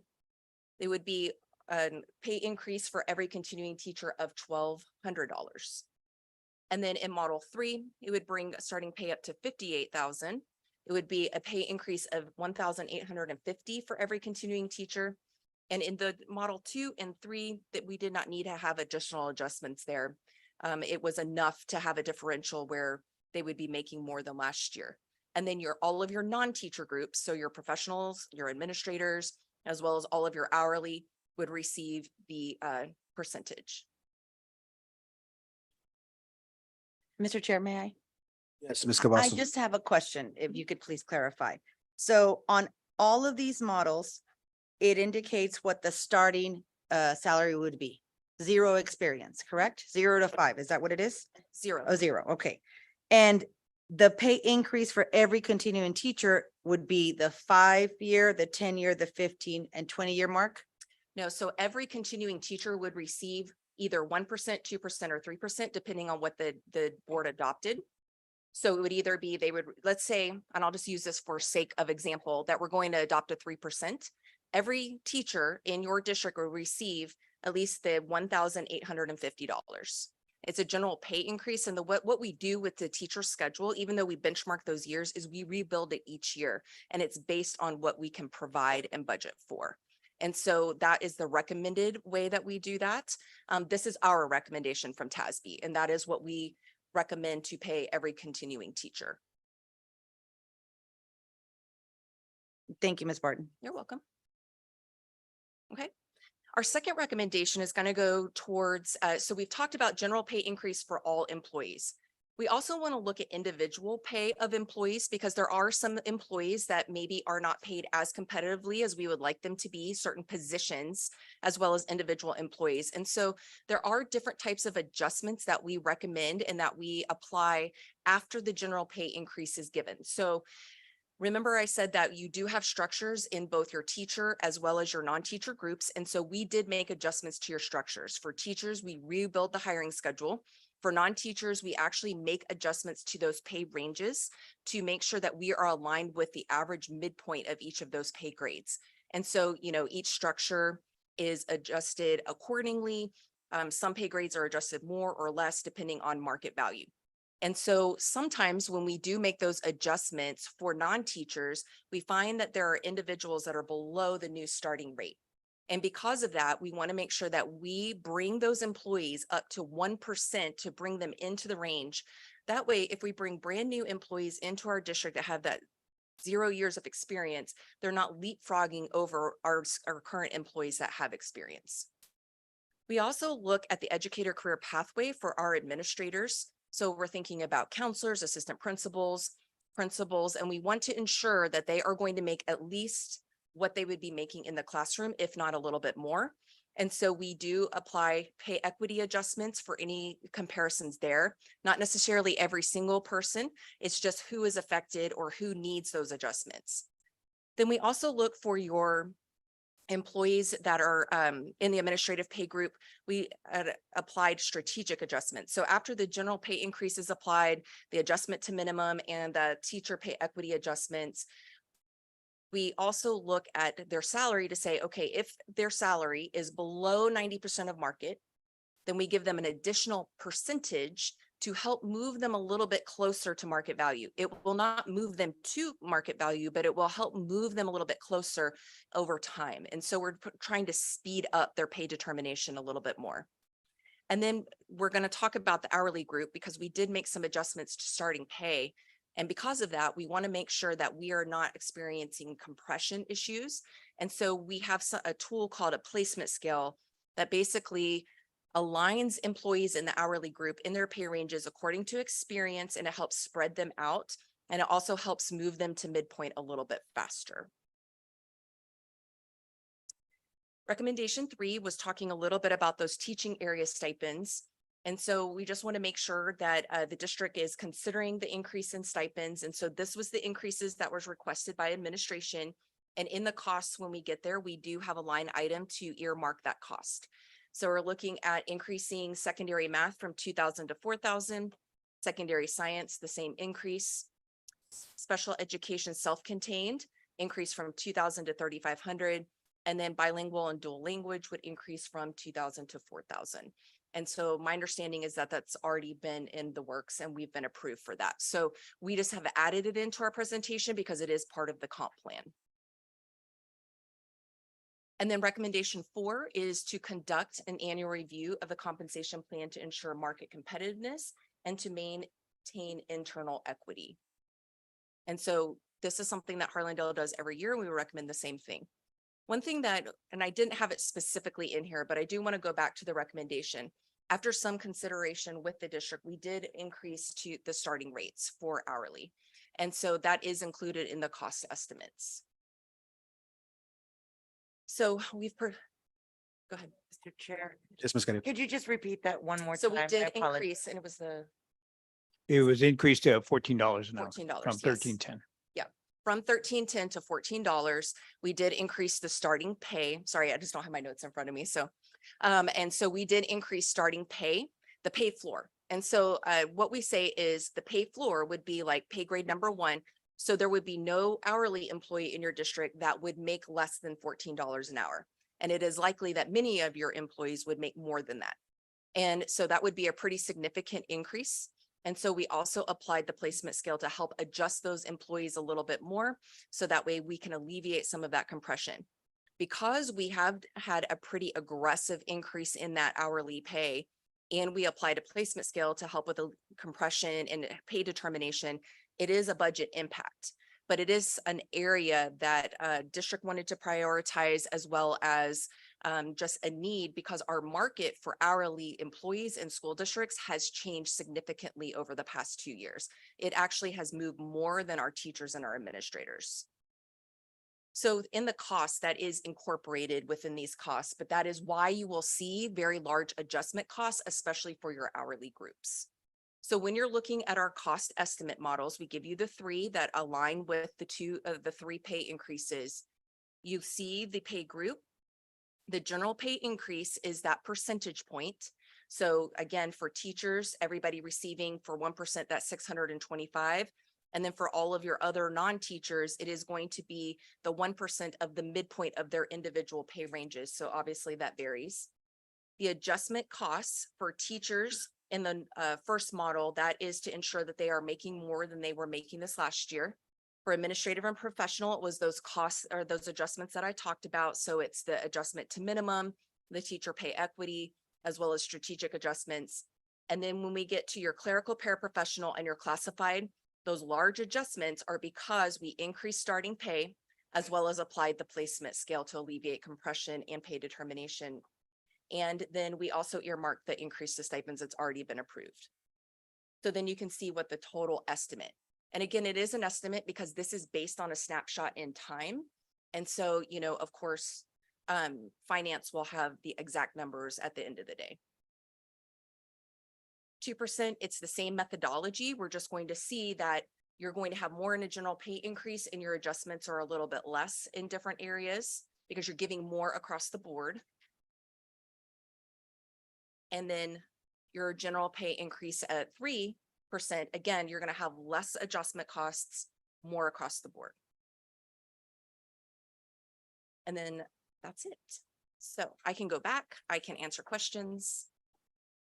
Mr. Chair, may I?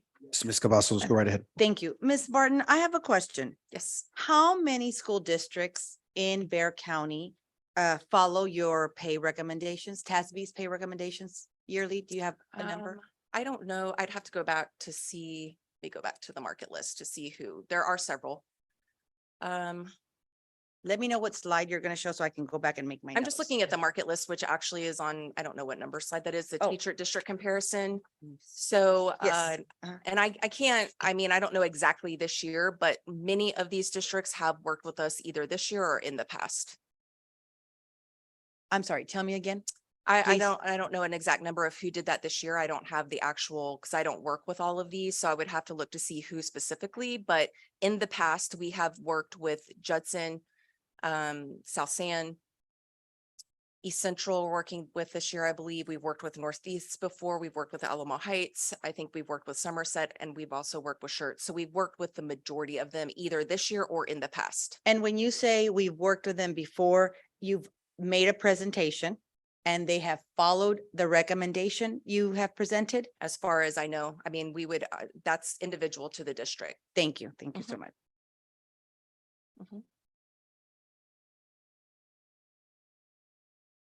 Other questions? I know I'm a fast talker, so if you need me to go back, I'm certainly happy to. No further questions, ladies and gentlemen? No. Okay. Okay. And I will stay till the end of the presentation. So that way, if you have additional questions, then I'm happy to come back up. Thank you, Ms. Barton. Sure.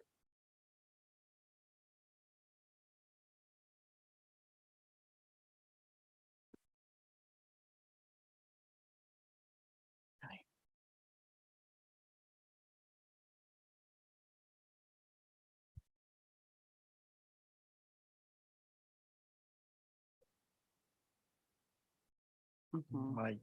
So to continue the presentation and to be more specific as to what was just presented by TASB.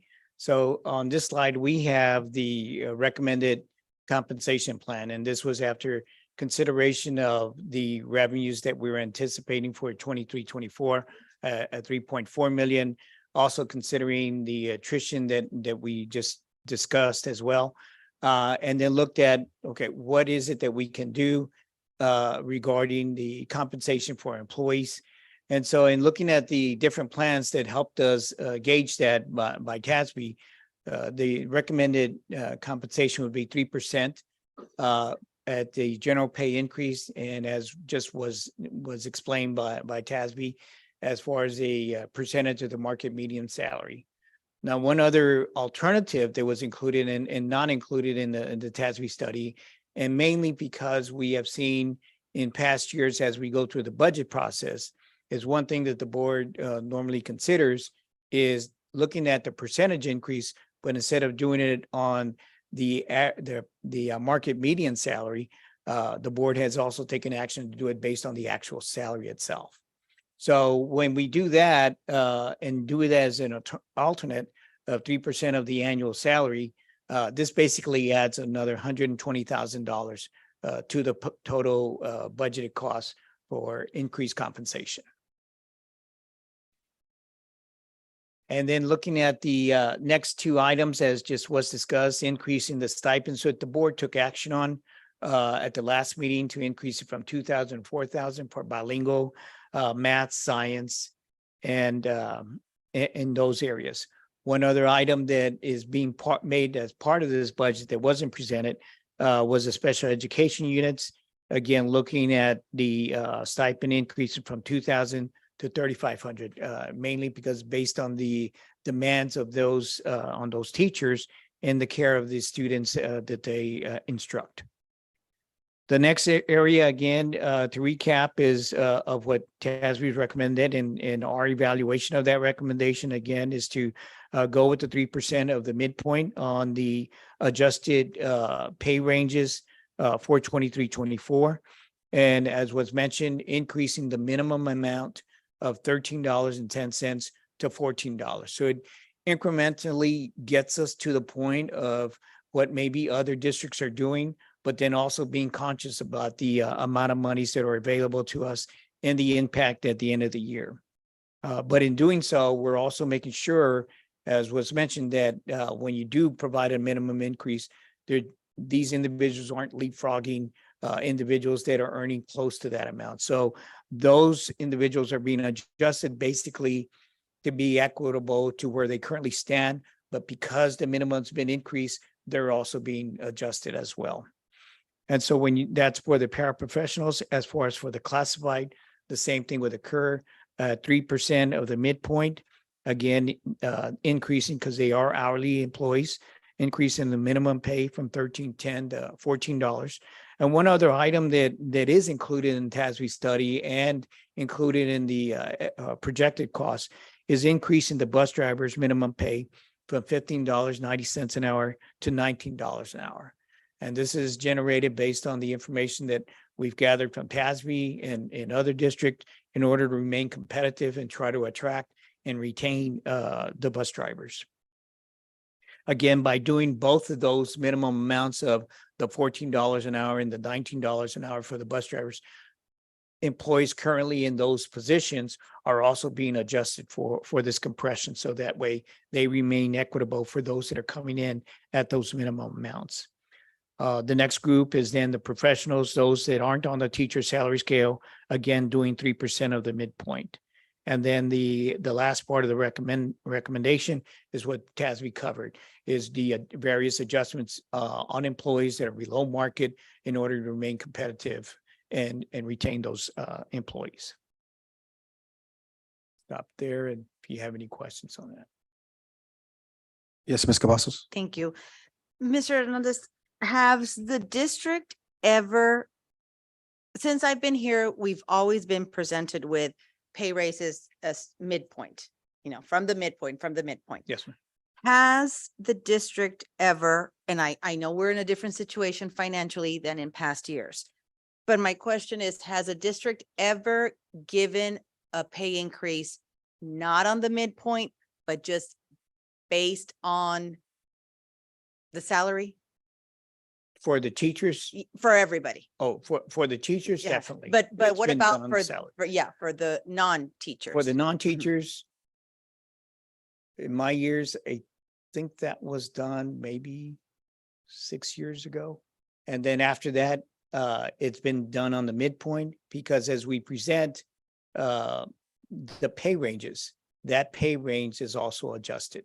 It's increased. So if you look at the current pay range as it stands right now, and we look at the one that's being proposed for this year, the pay range itself increases because again, it's impacted by the minimum amount that's being given of $14. So that pay range increases. So again, it does, the increase is based on the midpoint. But to answer your question, I would say about 6 years ago, approximately, we did it based on the employees' current wages. And my second question, and you probably don't have the answer, and that's okay, would be why then and not now, or not last year, or not any year since then? I guess I'm trying to understand the logic in it as to why did it get approved at that point, but then we just kept moving on the midpoint? What I can tell you is that when it was approved, our approach has always been to provide it on the midpoint.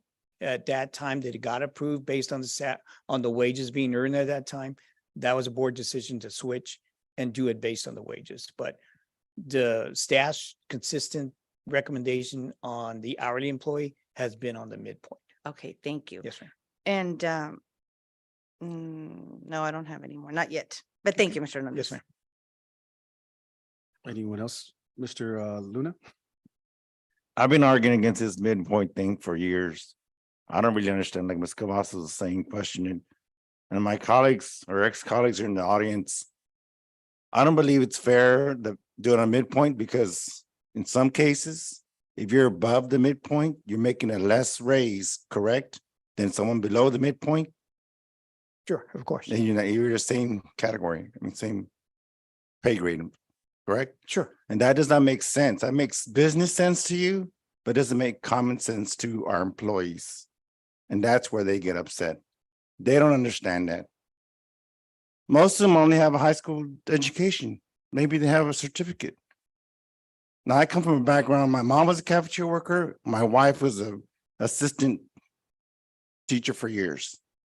And they had to live. It's a business decision, I think. That's why. And even TASB's here, and I would like maybe TASB to explain why they do this on the midpoint. Because I don't think it's fair to our employees to do that to them, because they don't understand it, sir. And I've been hearing this for years. So I just hope my colleagues will understand that we need to give them a raise, we need to give them a fair raise, and a raise that they can understand that's equitable to what they've been doing. And I'm thinking we need to value our employees more than the Bill Millers and values their employees $15 an hour, McDonald's $15 an hour. We can't do more than $15 an hour. These are our students. We need to get to above that amount for our our hourly employees, because there's a lot of reasons, inflation, cost of living, all that. But we're going to work with this and as much as we can to get a raise, a fair raise for the employees. And I'm a teacher, so I know the salary thing also. There's times you only get a step increase. I mean, that's sometimes we would just get a step. And I was like, what, $200? But I know times are different, but I just want my colleagues to know that this is a battle that we've been having and that we need to really look into valuing our employees, because we get all this information from TASB and we can see that the market is competitive. So we need to see what we can do. Thank you.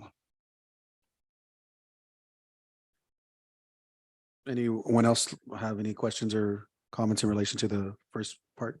Mr. Mancha? Mr. Chair, just a reminder, I was on the finance committee when it was, when this project was brought up to us about using TASB as a way of balancing things out, was the objective of it. And it was based on staff recommendation. It was board decision, we had to vote on it, but it was based on staff recommendation. So we follow staff recommendation to see if we can find a way to even it out. So I just want to make sure that my colleagues understand that it, before we had committees and we were able to listen and be part of a bigger group, and TASB came and presented to us, and being part of the committee, some of us agree with it, some of us disagree with it. but all in all, it fell on the hands of staff recommendation. So it was staff recommendation, and the vote was a very close vote. It was a 4-3, and it passed.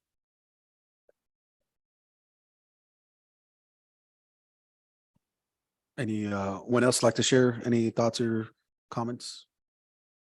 And if I can, Mr. Hernandez, I wanted to ask in regards to the special ed units. Are we looking, because I know in the pay systems maintenance area, we had it was self-contained.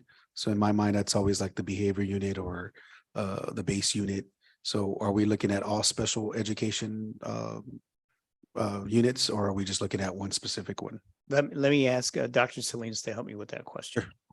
For the units, it's all units, Okay, great, because all I saw, self-contained special ed units. that's what I envisioned when you first mentioned it. Yes, sir. All right, and then the other thing, sir, if you can kind of elaborate on the alternate of the 3% of annual salary, because that's pretty much the emphasis of, I think, what the team has kind of shared, is that is an additional 120,000 to the budget. Can you kind of just give a little bit more detail about of what that consists of? I know it's a little bit further, but Sure, absolutely. So when you look at the teacher's salary, whatever a teacher is earning currently right now on the teacher scale, they're going to get a 3% increase based on what they are earning now. Correct. And as opposed to the other alternate, which is the 3% of the general pay increase on the median salary, all the teachers are going to be getting that same amount of, I believe it was 1,850. Yeah, 1,850. So that's the difference. So if it's done based on the salary, then it's 3% of whatever you're earning now as a teacher on that being paid on the teacher scale, 3% of that amount. thank you, sir. Mr. Mr. Chair, Mancha, yes, sir. if I may, I don't know, but Tony, correct me if I'm directing the question to the wrong person. On all these paperwork, I don't see coaches or stipends for coaches for athletics. So what does that fall under, and that's who would okay. I direct that question to? Dr. Salinas, did we put our coaches with the stipends in there? I have a list of stipends that we have, but we're not proposing an increase to those stipends. Those stipends will continue as is what's being proposed. I guess what I'm asking is what are the amounts, and what do we pay? What are we paying our coaches? I mean, do they fall under teachers' salaries Yes, sir. or They get a administrative base. salaries? That's what I don't understand. Yes. Yeah. Yes, sir. They are based off the teacher salaries, with the exception of the boys and girls coordinators at the high schools. They're on administrative pay scales, but they still receive the stipend. So they'll get the increase for the teachers. So if the board chooses to do a 3% increase, they would get that increase, and then they would still get the stipend. I can also provide the stipend list for everyone one more time so that you have that If I available may, for the Tony, next. if I'm out of line, sir, no? No, that's directly Okay. related to Can I employee get compensation. some of the information on the stipends that are Yes. being provided for our coaches? Thank Yes, you. yes. Sure, we'll include that when we send the information for next meeting, along with the question of Ms. Ortiz, and then also provide a list of all the stipends that are being paid for, that are currently being paid in, for the various positions. And I guess just to provide some context, and then I'll get to you, Ms. Cavazos, I'm sorry. So sometimes our coaches also are special ed teachers. And in addition to that, they, I believe, are paid by sport. Is that correct? Yes. And so in some instances, we're looking at an upwards of 10 to 12,000 on top of what they already make. That is correct. Like the so- football defensive coordinator makes 9,500, but then let's say they're also a high school soccer coach or assistant soccer coach, that would be an additional 4,000 on top of the 9,500. And then if they're also a golf coach, they would get another 6,500. So you're correct. They could get multiple stipends on top of their teaching salary. But and does that, in all fairness, is that equated into their total salary, or is just based off the base? That's separate of their salary. So when this is approved, whatever that salary is going to be, then It's- these stipends are added on to them. On their teacher Correct. pay scale? Okay, Ms. Cavazos, I'm sorry. Oh, that's okay. If I can, I'm gonna piggyback off of Mr. Mancha, because I was on the same thought, except I was wondering fine arts. do our fine arts teachers get a stipend? And are those, is there going to be an increase on those stipends, or do those stipends stay the same? Those stipends stay the same. The only increases we're recommending right now are the ones that Mr. Hernandez reviewed. Okay, thank you so But much. when we send you the list of stipends, they will be, all stipends that are being paid this currently by the district will be provided to the board. That way Thank you. you'll see And all those yes. will remain the same, correct? Yes, except for these that are being pointed out. Okay, thank you very much. Yes, ma'am. So, Yes, Mr. Chair, Mr. if Mata. I may, touching on that base, if we lose a coach, are we hiring another coach? Are we gonna do the same thing that we're doing for other staff members? Or As of whatever right it now, led Mr. to? Mancha, every position is coming to my desk and I make that decision.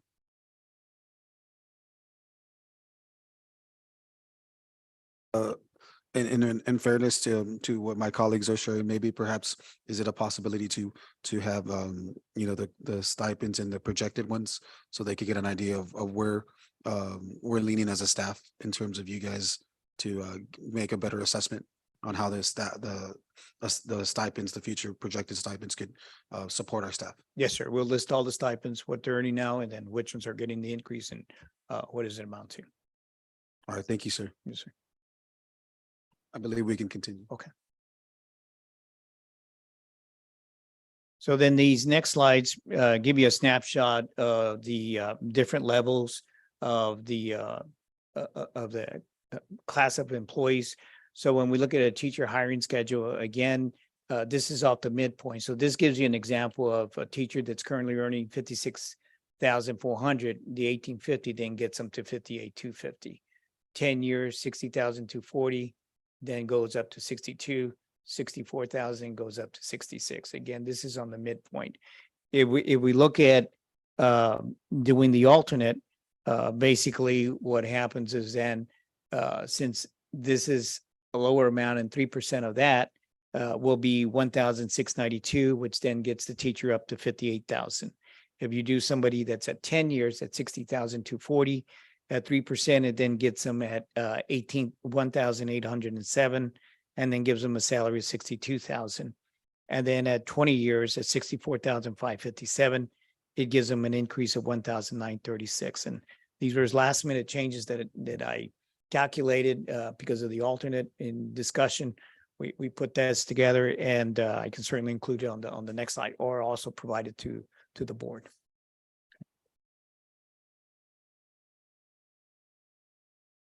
Right. And so when you look at the paraprofessionals, we have pay grade ranges from pay grade 1 through pay grade 8. The days that are being paid are range from 187 to 226.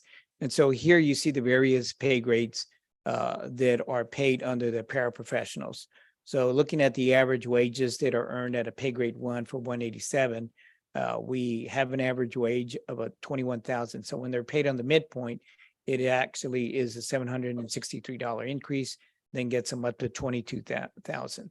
So you basically do that, and I'll let you look at the sheet so that you can, look at whatever pay grade you look at. And if like pay grade 4, 220 days, right now their pay is 26,620. Based on their midpoint, they get 1,038, which then brings their salary up to 20,658. And then somebody at 226. Same thing. So it gives you the amount of what they would be earning off the midpoint.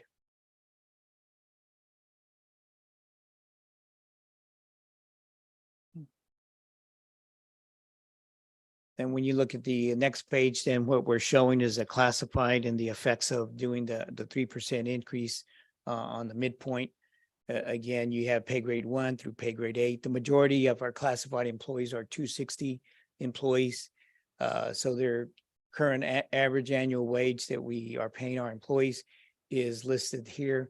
And then when you look at the midpoint for each of the pay grades, then it gives you the various amounts that will increase their salaries. And then the last column gives you the total amount. And on the bus drivers, they're at 192 days. This midpoint is the pay range that got adjusted because we increased the minimum amount from the $15 to $19. And so that gives you the increase in so they're an average bus driver earning 18,000, then we'll be up to 19,331. And the next group is then the other professional salaries that are being paid. Again, you have various pay grades from pay grade 1 through pay grade 9. The days range from 226, 187 to 226. The average annual wage. Hernandez, I'm sorry Yes, sir. for the interruption. If we may, Ms. Ortiz Yeah, has a I'm question. sorry, Ms. Ortiz. I was just gonna ask really quick. I know you're going through this. Where do our police officers Land. land any on this in Pay grade- classified? Pay grade 6. So that's right here on pay grade 6. Under Classified? classified, yes, ma'am. The Thank you. classified.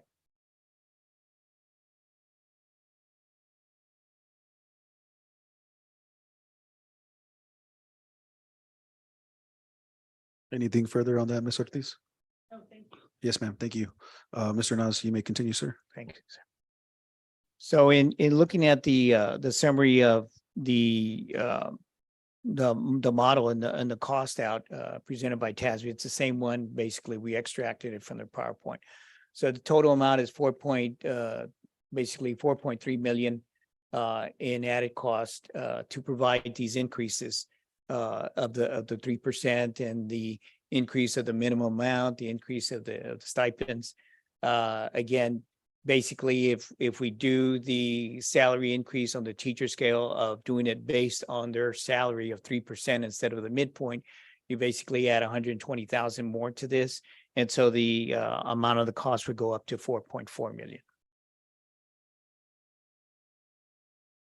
So again, to recap in how we looked at this and how we're trying to make this fit into the budget. Again, we know the legislature is changing based on the recent information that we've received from OKC. We know the basic allotment is in being discussed. It's being brought down to $50. Some of it may stay at $90, but right now, the basic allotment that the district earns and all districts earn is 6,160. Again, if it's done on the original HB 100, it goes up to 6,250. But looking at that amount and really more of what they call HB 3 and the carryover in the last biennium, they included an adjustment to what they call Tier 2 funding. And so that's also what provides the preliminary increases that we're looking at in getting revenue. So the second bullet, again, to recap, is at 3.4 million. That's added resource that we were looking at in order to provide for these increases. So when you look at and just using HB3 and maybe, not maybe, but adjusting it for allotting for any new monies, 50% of that going to the salary and wage increases, basically you're looking at 1.7. But when we look at what's being proposed this evening, we actually exceed that. So the total amount of what would normally be designated by the state because of an increase in funding, right now those positions would be at 3.6 million. And basically those are your teachers, those paid on the teacher scale, and then your hourly employees. So then when you look at what is on the 75% of what would be paid to teachers, counselors, nurses, and librarians, when we look at the scale or the slide that gave the projected cost, the amount would be 2.1 million. For the hourlies, grouping them together, it's coming out to 1.4 million. And so the total package is 4.2. So that's a shortfall between what we're looking at estimated revenues and the expenses of about 892,000. So again, if we go with adding or doing the increase for the teacher scale at 3% of the salary, you add 120,000 to that, so it's 4.4. And now our amount that is needed to fund the increases is at 1,012,520. And again, we're looking at the revenues that we're getting of the 3.4. We covered what the outlook looked for those 4 years and the amount of monies that are coming into the fund balance. We're still waiting for the outcome of this legislature. And then remember, in the second biennium, again, the state meets again. So again, this evening, again, pay increases are covered because basically that takes up any new money that the district gets. And so again, to recap, the recommended compensation is on this slide and on your last slide page as well. Mr. Chair. Yes, Ms. Cavazos. Mr. Hernandez, increasing the basic allotment, we're still talking about assuming that the parents bring their children to school. Is this based on the basic allotment that we're supposed to get from the state, that increase? That still is going to be based on the daily average attendance? Yes, ma'am. Okay. The basic allotment is the amount you get for the attendance of the students. You're correct. Okay. And so again, the more students we get, then that top line that we showed of our revenues Mhm. will increase as more students are in attendance. Thank you, Mr. Hernandez. Yes, ma'am. So I guess just to reiterate, sir, because you always base it off the ADA. And so we're not basing it off of enrollment, right? Right now, it's based on ADA. Again, there's a lot of changes. One thing that we did hear positive was that they were looking at doing it based on the enrollment. So hopefully, again, by the time it comes next Monday, that'll go through. So I know as we've echoed throughout the last 5-6 months, if students we're able to incentivize and bring our students, there's a good chance the 1,100 students we're missing, that would obviously equate to additional revenues, correct, Absolutely. of upwards of $6 to $7 million. Yes, ma'am. Yes, sir. And so that would solve a lot of problems for us here, but we know it's also the work that needs to be done at the State House in Austin. Mr. Soto, sir. Mr. Chair, Mr. Hernandez, reviewing this probably for the 5th time, 6th time that we've been through it. And then just listening to some of the remarks and I know we're going to have more answers Monday, hopefully, right? And I guess what I would like to see, Mr. Hernandez, after Monday is I want to see that the cost of it would be 3% on salary on all the other positions. What would be the damage? What would be that cost outline for the board to see? Yes, sir. And then moving the bus drivers to $19, I think that was very competitive on our part, right? Yes, sir. Because I believe that the top district was a little 1875, wasn't it? I think we're going to become the top district in bus drivers. It pains me to see our staff struggling with inflation. And at $14 from going to $13.50 to $14, I want to see also if we go to $15, what the cost would be. Yes. Again, I want to remind the board, just looking at the next 2 years, it looks like we're gonna look well because the ESSER is going to be able to absorb a lot of our salaries and cost, but attrition is key. Attrition is the key at the end of this year, and so when you're seeing resignations and retirements for Harlandale, that is a good thing right now. I know we're losing some key people, but we do need to right size the district. And so when you're seeing it in our personnel report and people are telling you, people are leaving, well, we actually need people to leave certain positions to right size our district. Because again, as Mr. Hernandez alluded to, 87% of our budget is salaries. Okay. And so right now we're being very conservative, and that's our job, to be conservative for the district, because in the long run, and one of our extra criteria is to have a plan to have a balanced budget. But it is very tough times right now, and it's very competitive times, just listening to the other Bexar County superintendents and, us discussing it with other Bexar County superintendents. There was a range between 2% and 3%. And so when me and Mr. Hernandez and Dr. Salinas and cabinet met, said, you know what, we want to remain competitive here at Harlandale to keep the best people for our children. And so we went with 3%. Again, it's still giving us some negative balance, and hopefully Monday something positive does happen. But as I told you way back in the town halls, we're not banking on the legislative session to send us money, right? And so we have to do things internally, the things that we can control, right? Do y'all remember that? We can't sleep at night when you can't control certain things. There's things that we can control here at Harlandale, and that is right sizing our district. And so I don't want to alarm you when you guys see a list of people that are leaving our district and you're saying, Ms. Soto, you're running them off. No, we're not running them off. We're right sizing our school district. Thank you, sir. Mr. Chair.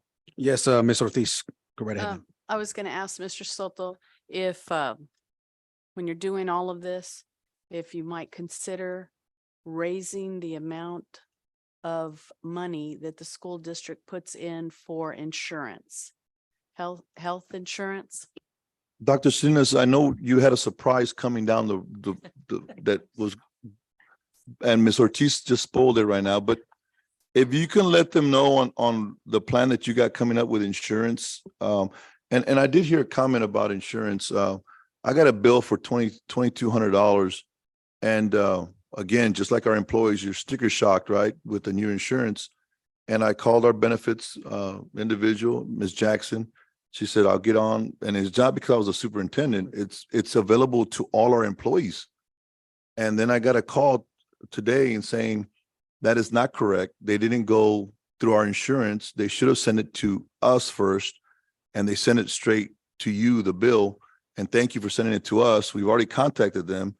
And it was $40 that we paid, that our insurance company paid, and you owe $0. So, and we've been calling and we've been trying to reach our employees, and we have an email to letting our employees know when they get sticker shocked to look into calling our benefits individuals so they can look at these bills that they're getting, because the ones that are going through the process, they have great reviews, and HR has been staying on top of it. And the district, our claims are a lot less. And we're banking some money on our insurance, and we haven't even gotten refunded from our prescriptions yet. And so when we used to have that other insurance, they would receive the rebates on the insurances. This is going to come back to our school district. And like Ms. Ortiz says, some of this, if there is a balance, which is all the way until January, that goes back and we can reinvest it into our employees that are in insurance and lower down their premium, and or offer the spoiler that Ms. Ortiz just spoiled right now. Dr. Salinas. Yes, sir. Thank you. Yes, actually, we met yesterday with our insurance committee, and Brown & Brown was here and they presented, and they are working with a group. It's called Next Level Urgent Care. You may have seen them around the city. They actually did a heat map of all of our employees. When I say they, I mean Brown & Brown. They did a heat map of where our employees live. And so you can see we have a lot of employees throughout the city, but we have a concentrated amount here in Harlandale ISD in our area. And yet we don't have a Next Level Urgent Care facility here yet. They are working with that group to hopefully open up a center here. What they offer is direct primary care. So a doctor that you can go to, not a specialty doctor. And what it would cost employees, if you're an individual, it would cost you $30 a month. And if you want your family, it would cost you $60. That would include your spouse and your children. You would go there. They have in-house labs, so that would be at no additional cost to you. When you go there yourself, you don't pay any copay. And it also includes basic imaging, so your x-rays. So we are looking at that. I did share it with Mr. Soto yesterday, and because I was very excited about it. He was very excited, and we're like, oh, let's look at that. So to your point about increasing the benefit amount premium that the district pays of $350, maybe we can look at, and of course, Mr. Soto would be directing us into paying that $60 if they want the family covered, or the $30, and then they would have the direct primary care for free. Thank you very much. Mr. Chair, I have one other question. Well, when I'm looking at the market districts, Mr. Soto, and you're talking about how attrition is so important, the first thing that I noticed was Church, Cibolo, Universal City, ISD, the number of FTEs, it's page 2 on the TASB presentation. The number of FTEs in that district compared to their student enrollment. And when you talk about right sizing our district, I was going like, geez, they have at least 2,500 students more, yet we have 300 instructors or staff more than them. And so when you were talking about right sizing, that was the first thing that I circled over here, was looking at that. So not that I enjoy hearing about our employees leaving. I don't enjoy hearing about that, or the reasons that are beyond our control on why they're leaving. But I am certainly hopeful, one, that the state legislature does the right thing and helps us out. But two, that we're able to put something out there that is very, very attractive to people outside of the district that have specialties that we've been unable to fill. Sometimes I've been here 4 years. Sometimes it's been all 4 years that we haven't been able to fill some of those high need subject areas. And it would break my heart, because I would see those the CTE, and it would shock me when they would go the whole year with a full-time sub or so I know y'all have to work at all of this, and it takes a lot of work, and we appreciate that. And so thank you, Mr. Soto. Mr. Chair, may I? Yes, Ms. Cavazos. go So, ahead. we're on the same wavelength, Ms. Ortiz. And I just want to make sure that Mr. Soto, not explains, but makes it clear. We understand what you mean by right sizing, and we are totally behind you wanting to do that. I just don't want our community to think that when you or I or anybody else here says, right now, it's okay that people are leaving, it's not because we're shortchanging our students with their education. It's just that there are positions that maybe we had too many of, or that are not necessarily needed because we've got somebody else that can fill those shoes. I just don't want the community to ever think that us being okay with people retiring doesn't make it, it's not because we're shortchanging anybody. We are still going to move forward as we always have. Education first, our students first. Doesn't mean we're not going to supply them with their needs. So I just don't want Mr. Soto's words to be misinterpreted with the community. I just want to make that real clear. Nothing that we are doing by not being too upset about some people wanting to retire or leave. It's okay, because we still are putting those students' education first. We will not be shortchanging them at all, despite the number of people that may want to retire this year or may want to look to continue their professional journey somewhere else. I just want to make that very clear. Thank you. Thank you, Ms. Cavazos. Anyone else like to share or have any questions prior to the next item?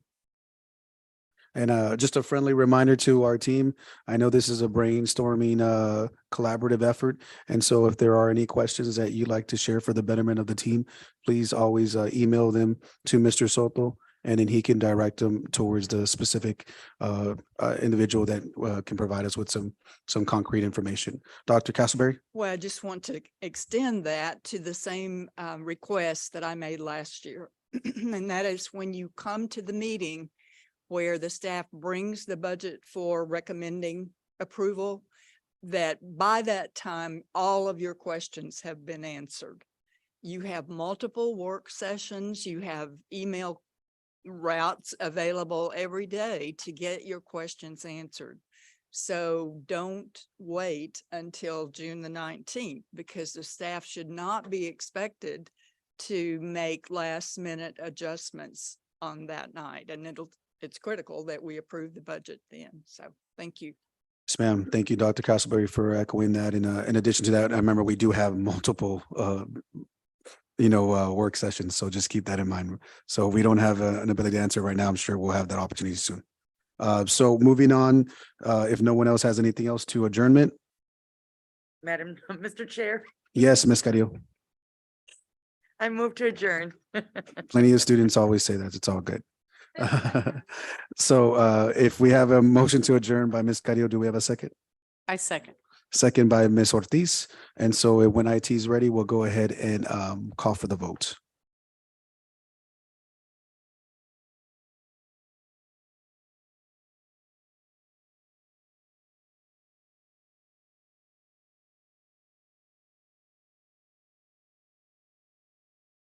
Okay, everyone has voted, so we can go ahead and close the vote, please.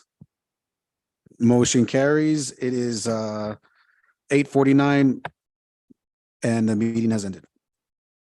And the meeting has been adjourned, 8:49.